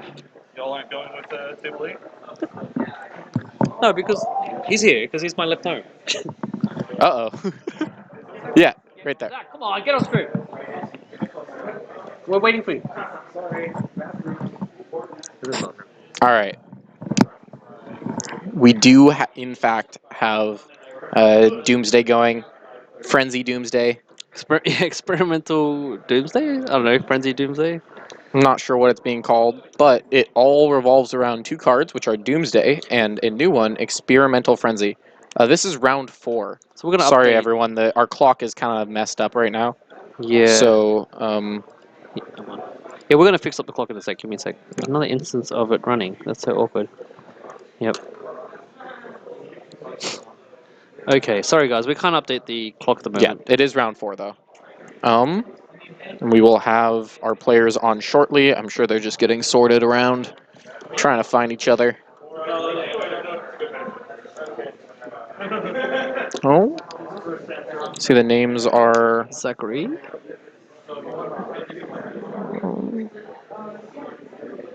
It's round 3, man.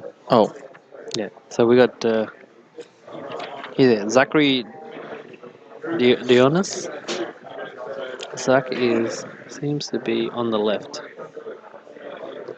Yep, that's it. Space. Yep.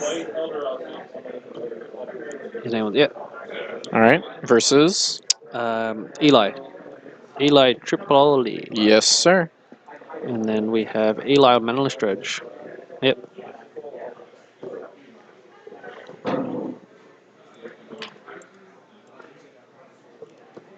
Alrighty. Just getting sorted, setting up all the UI so that all the information is perfectly communicated.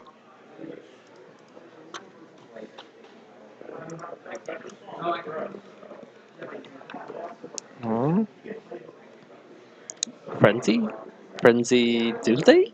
What do we want to call it, guys? We're going to call it Frenzy Doomsday. How about that? And then Manaless Dredge for Eli. So I just had a quick look at his deck. He's running 3 in the main. Yes, he is. I thought it was in the sideboard. He's like, nope, 3 in the main. We're going all the way. No, yeah. So I actually ran multiple games against him before this tournament just for fun. And, like, Frenzy with LED tendrils on top. And just, it's just insane. That sounds pretty good, yeah. And if they counter it, you, like, the 5th card you put in there, you just put another Doomsday there. And then you just do it again. I know. Me and Zach spend a lot of time together, and he always talks about his crazy lines in Doomsday. I'm just like, mate, it's too complicated for me. Yeah, I mean, it's what Doomsday does. It does crazy lines, so. If Zach he's going to is, talk about anything, that's it. He's known for his, he loves the complicated stuff. All right, looking at hands. Doesn't look like a specifically standout hand from Zach, but I see a Brainstorm and a Thoughtseize and a Doomsday, so it can't be that bad. Opening up with the turn 1 Thoughtseize, this is going to give us a good view of Eli.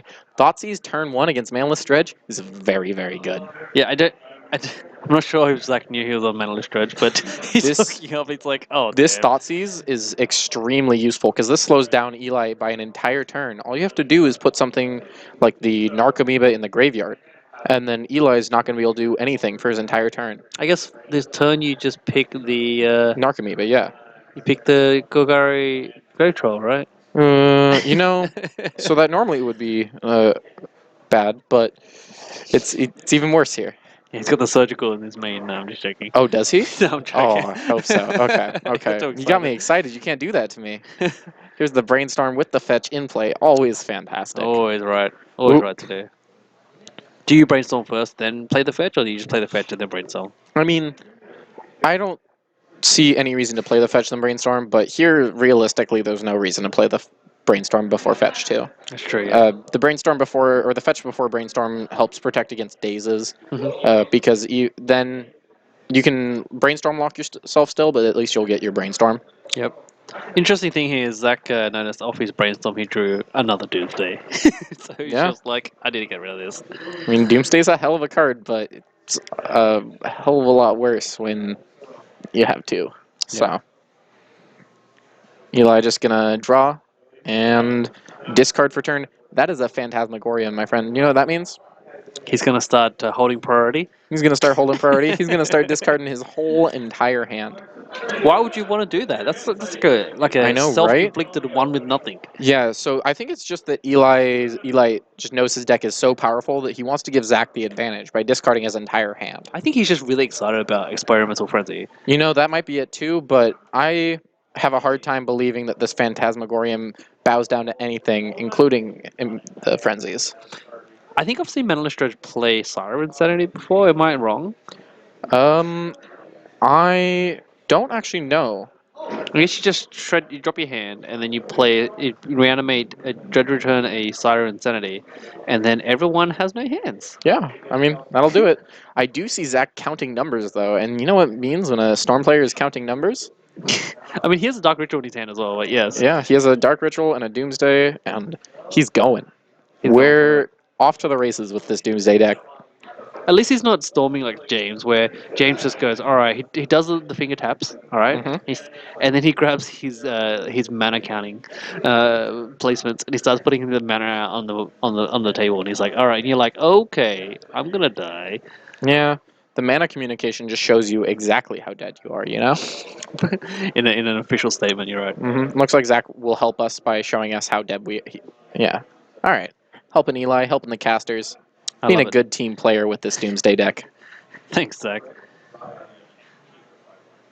Wondering if he needs anything else. Not really. Red, maybe? Or empty? But yeah. We're going to see Doomsday get cast. And Doomsday, known as a very, very skill-intensive card in Legacy.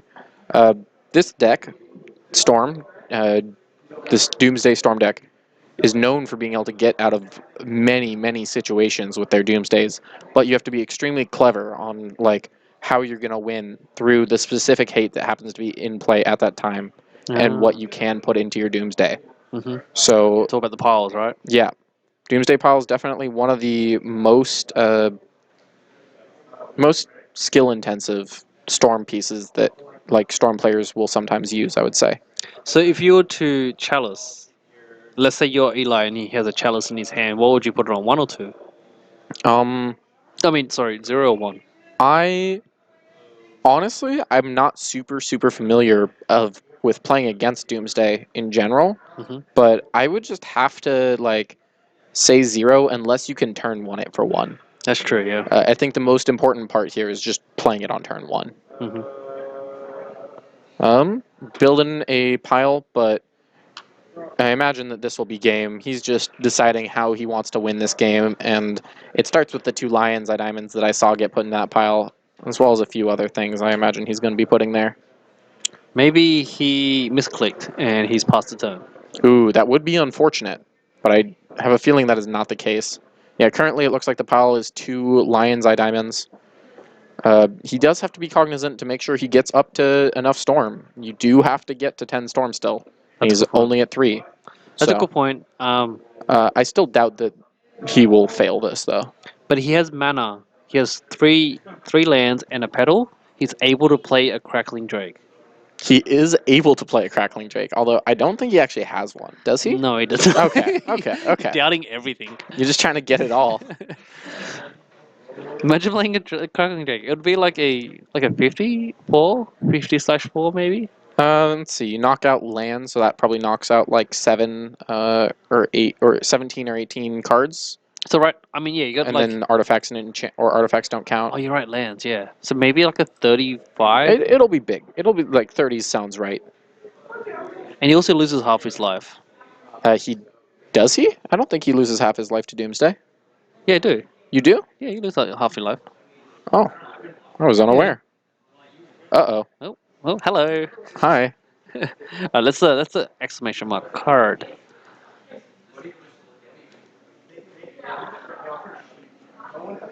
Doomsday, you do lose half your life. Okay. Yeah, it's relevant because I play Eldrazi and I attacked him a few times and won last week. Yeah, okay. Doing more finger touching and number counting. But he has a ponder in his hand, so this is probably going to go exactly how he wants it to. So he's just making sure his pile's all ready before, and he's tapped a mana. All right, let's see how he goes. He's gonna Play Oh. Conjurer's Bauble. Okay. What's that card do again? So Conjurer's Bauble is a 1-mana card, and you can tap it to put a artifact from your deck or from your graveyard onto the bottom of your library and draw a card. Okay, so that makes sense. So he's going to ponder to draw the LED. He's going to crack the LED for red mana. He's gonna hold priority, right? Okay, yeah. He's activate and then hold priority. Yep. Crack LED, make 3 red or whatever. Draw off the Bauble. Activate. Act on Impulse. Exile the top 3 of his library. Yep.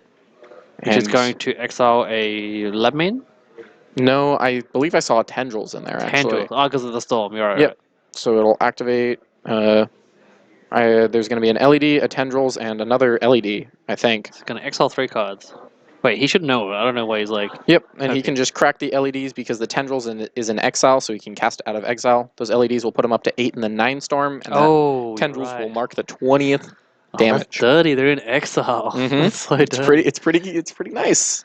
So I guess you need LEDs for this deck. Yeah, this deck requires LEDs. So it's a somewhat little bit of requirement. But so does every Storm deck. You can't play Ant without LEDs. It's just not possible because That's of Infernal Tutor. So just play Brawl. It's all good.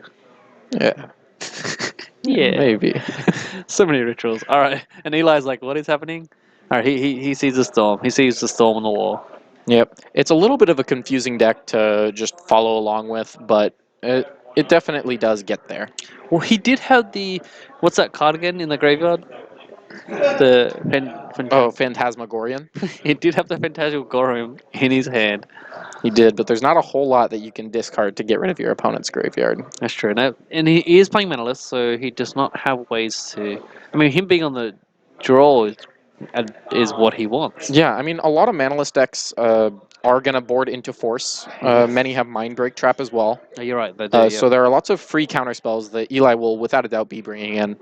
This deck is pretty non-functional if you don't have the sideboard counter magic for matchups like Storm. I mean, yeah. Eli wasn't interacting, and Zach's like, I got a Doomsday. He had 2 actually.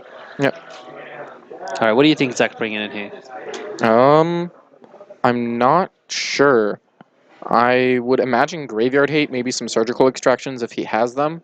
Very solid card against Dredge, or Manaless Dredge especially, because you can just Surgical the first Dredger they discard, and a lot of the time you'll win the game off of the back of that alone. Yeah, I'm pretty sure I can see some surgicals there. I don't know if he's playing Leyline, but yeah, I saw some surgicals. Makes sense. I mean, he's still somewhat an interactive deck as well. He's got some discard and some surgicals and ponders and brainstorms. Eli going pretty quickly.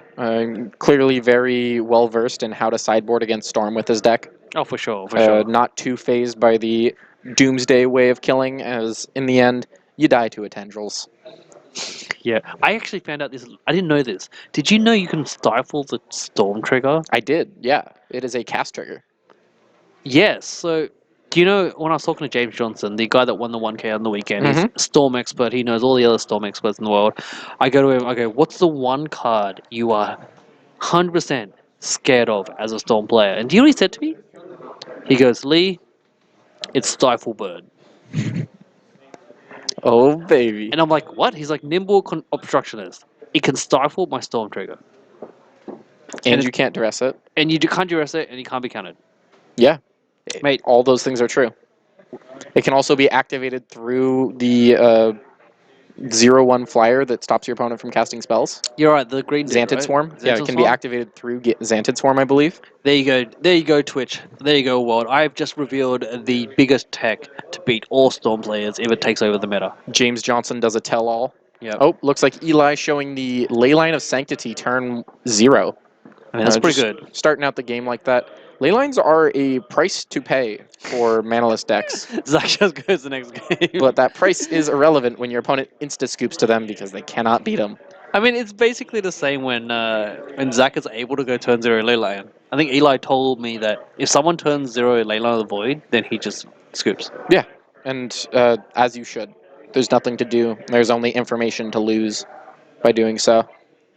I mean, right now they know each other's deck, but I just feel like, I don't think there's any way for him to beat a turn 0. Oh, wait, they don't have pedals, do they? It's just Manaless. Yeah, it is a manaless Dredge deck. There are 0 sources of mana. Sometimes this deck will run lands, and I imagine this deck, he has a few lands and then some Nature's Claims in the board to be able to beat stuff like Leyline, Yep. but it's hard. Wow, this is some compelling game 2 there. We're straight into game 3 here. So here we see Zach with the sideboarding, gonna actually bring in an answer for the Leyline of Sanctity. Yep. I'm a little bit surprised that he had 0 answers in the 60 for Leyline of Sanctity from such a toolbox Storm deck as Doomsday is. I mean, he's just trying to be efficient, I guess. For sure. Every Storm deck needs to do that, so that's fair. Shuffling up into game 3. Now Zach gets to be on the play again. And you may normally choose to be on the draw. Wait, Oh. am Oh. I tripping here? Did I see him have either Gravestorm or what's that flying Gomag angler? Flying Gurmag Angler, it's Tombstalker. Tombstalker. Yeah, I think yeah. I saw a Tombstalker or either Gravestorm or something. A Tombstalker from Zach? I saw a Future Sight card when he was shuffling. I'll ask him afterwards. Exciting. Okay. Hopefully we see it this game. Hopefully don't have to ask him. Well, it has that weird frame, right? Yeah, the Future Sight border frame. Yeah, which I know Tombstalker does have that, and I don't know if I saw it there or if I'm seeing things, and I know Gravestorm also has... That card that has Gravestorm also has Yeah. that weird card that weird border in it. Bridge from Below out of Doomsday? No, I think he's talking about Manaless. Oh, yeah. Bitter Ideal. Bitter Ordeal. Why don't we bring up Bitter Ordeal? I think I saw it. I don't know. I'll have to talk to Zach. I mean, Zach either plays Frenzy Doomsday or World Gorger combo. I know last week he went 3-1 with World Gorger combo. Search target player's library for a card and exile it. That player shuffles their library Gravestorm. I guess you can just beat Manaless Dredge if you cast this card with, like, Storm, 8, 9? Yeah, I guess. You just exile everything that they could cast, exile Narcomoebas. It could be a Yixlid Jailer, that's true. I know that card, yeah. People were playing that when Dredge was like really strong in Modern, and I'm like, what is this card? This is hot. The 2-1? I'm excited. Yeah, dude, Yixlid Jailer is gas. I couldn't even pronounce it for the first week I discovered that card. Oh, what a mechanic Gravestorm is. It's weird. I see a hand with Lion's Eye Diamond in it, and Petal, and Ponder, and I'm sure Zach is happy with that. I saw a card on Reddit this morning about someone talking about like an unstable card. There's like a double black, 4 colorless, 6 mana black enchantment that says creatures in your graveyard can attack and block, and they can only block other creatures in opponents' graveyards. Huh. And they all have, and then all the creatures in your graveyard are zombies. Over my dead bodies. That's it. Someone got it. All right. You gotta put exclamation mark card. Oh, looks like Eli is going with the turn 1 unmask. And again, this comes at a price. This means that Eli will not be able to discard stuff for Manaless Dredge for a few turns. That's true, yeah. I mean, interesting that he's discarding the prize amalgam, but it is what it is, right? If you're Eli, what do you take? Do you think you take the diamond, or do you think you have to take the Thoughtseize to stop yourself from getting time walked again? I think from Eli's perspective, I don't know what's in his hand, but it's contextual what is in his hand. But I think he would take the He ponder. takes the ponder. Yeah, 'cause Okay, he doesn't want Zach to find what he needs. that's fair. I imagine Eli's not happy with this Thoughtseize, though, as every single hand disruption spell is effectively a time walk. So Cabal Therapy is dead because nothing's in play yet. Yep. And what's that other far right card? That is Balustrade Spy. The combo enabler, right? Yep, so it'll mill until you hit a land, which means if you have no lands, then it mills your entire deck. Yeah, which is. So I think this perspective, he would want to just Thoughtseize away the Bash of Spy, right? Yeah, I can't see a reason why not to Thoughtseize the Balustrade Spy. Yeah, I mean it's awkward, but he has to reanimate it somehow. Yeah, I mean, it's going to go to the graveyard at one point or another, and it doesn't do anything in the graveyard on its own, so you might as well take it. Oh, Takes the Nether Shadow instead, and I don't hate that. 'cause It it's no won't come creature. back. Yeah. Yeah, I mean, it won't be coming back. He needs stuff on top of it. Wait, is Eli basically just hoping now to go to discard? Yeah, so Manaless Dredge can't really do anything. That was an unmasked draw. Is Eli actually going to cast that unmask? That's the real question. If I'm Eli, there's no way I cast this unmask, I think. Zach should be on 18. Oh, well. Yeah. Interactive magic. I'm just thinking to himself whether or not he actually wants to cast this unmask, but it represents so much loss in cards. He really does need to discard to hand size at some point, and if he keeps casting stuff like unmask, all right, chooses to cast unmask, and he's gonna hit a Doomsday. He is rewarded for casting that That is unmask. like very good unmask. That is sure. So I'm sure he's ecstatic about that. Mate, I'm just sitting here waiting for the frenzy. His gut choice paid off. It's Huh. definitely a good one. Yeah. Why isn't Zach playing the cards? Oh, because of brainstorm. Yeah, maybe? well, each one represents a storm count when you play it for that turn. Good point. So you don't want to play them before you combo. I mean, also Eli's just waiting now. So Yeah, he's got a few Eli's not turns. really doing anything. So like Zach doesn't feel much pressure. He's just gonna sit here and draw up to 7 as Eli draws up to 7. Paid a few turns. If I'm Zach, though, I'm definitely happy with the current situation. Yeah, for sure, for sure. There's so many draws that just win the game. Seeing what that is, clearly a eyebrow raiser. Something exciting. I see counting. I see tapping. Nice, nice, nice, nice. I like this. Action, stack, interaction. This is Doomsday. Come to you on Mock's Boarding House. Alright, I think he's casting a Doomsday. Oh, yes. Or a Good. Rebel Master. Doomsday. And that Doomsday art is so fantastic. Yeah, the new one. It's fantastic. Yeah, that one's from M25. That is without a doubt my favorite Doomsday art out of all three or all four, actually. I think there are 4. Have you seen the playmat of that? I have. Lit. It's such a beautiful, beautiful art. I actually have from when it was first printed, I remember I saw a little Photoshop of it that was like some thinking face emojis replacing all the balls. It was pretty quality. That's pretty good. That's good. Nice memes. Do you think the pile here is just you put 3 experimental frenzies and 2 fugitive wizards at the top?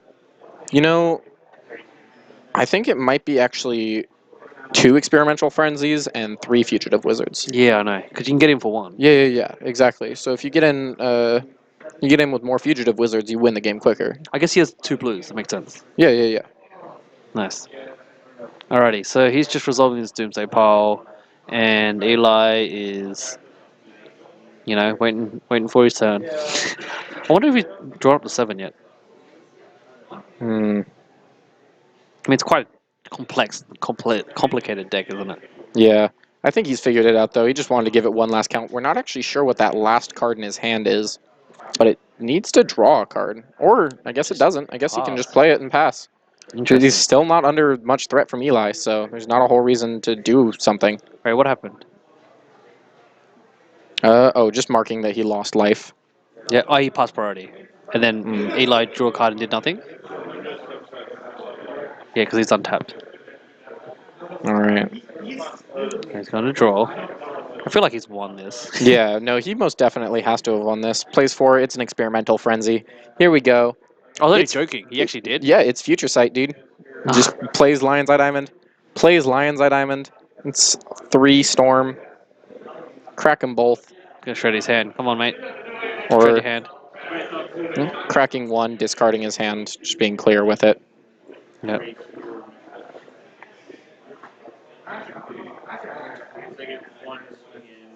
And then, Oh, you can look at the card. I forgot. Yeah. yeah, you can look at the top card whenever you want, as long as you have an Experimental Frenzy in play. Oh, he also can. He also can. Oh, wait, okay. He hasn't done this, but I know you can crack the experimental frenzy to be able to cast cards in your hand, but he hasn't done that. Yeah, I believe his hand is currently empty after cracking that LED. Yep. Cracks the pedal to play Doomsday. So he'll go searching back through the graveyard. Oh wow, I didn't even see this line. Yeah, so you can just keep casting Doomsday and keep putting LEDs in there.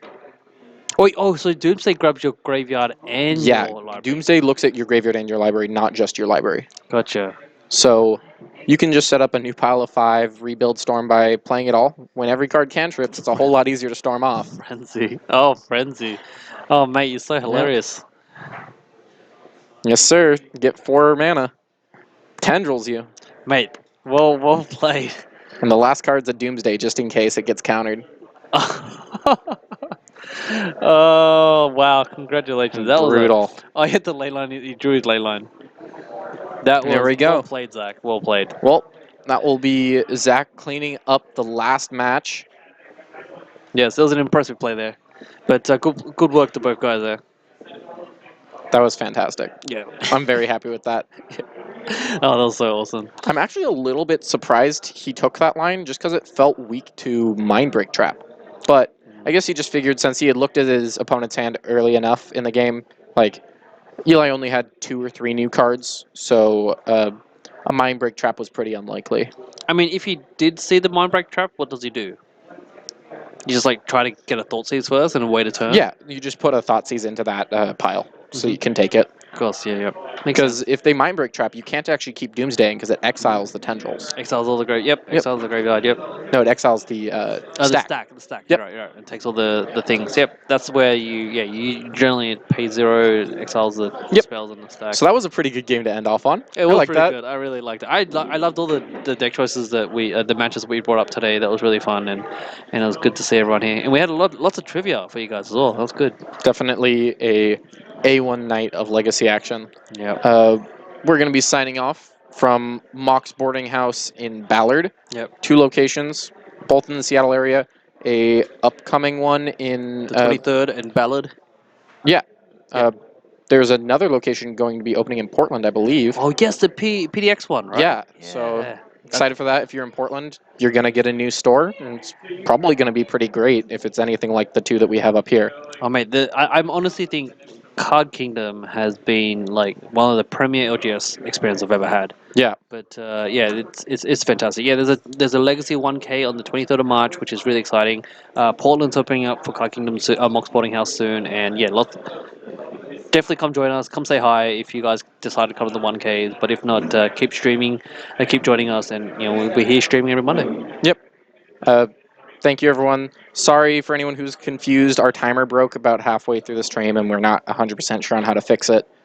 So instead end of round 1, that was actually the end of round 4. All right. Thanks, guys. Have a good night.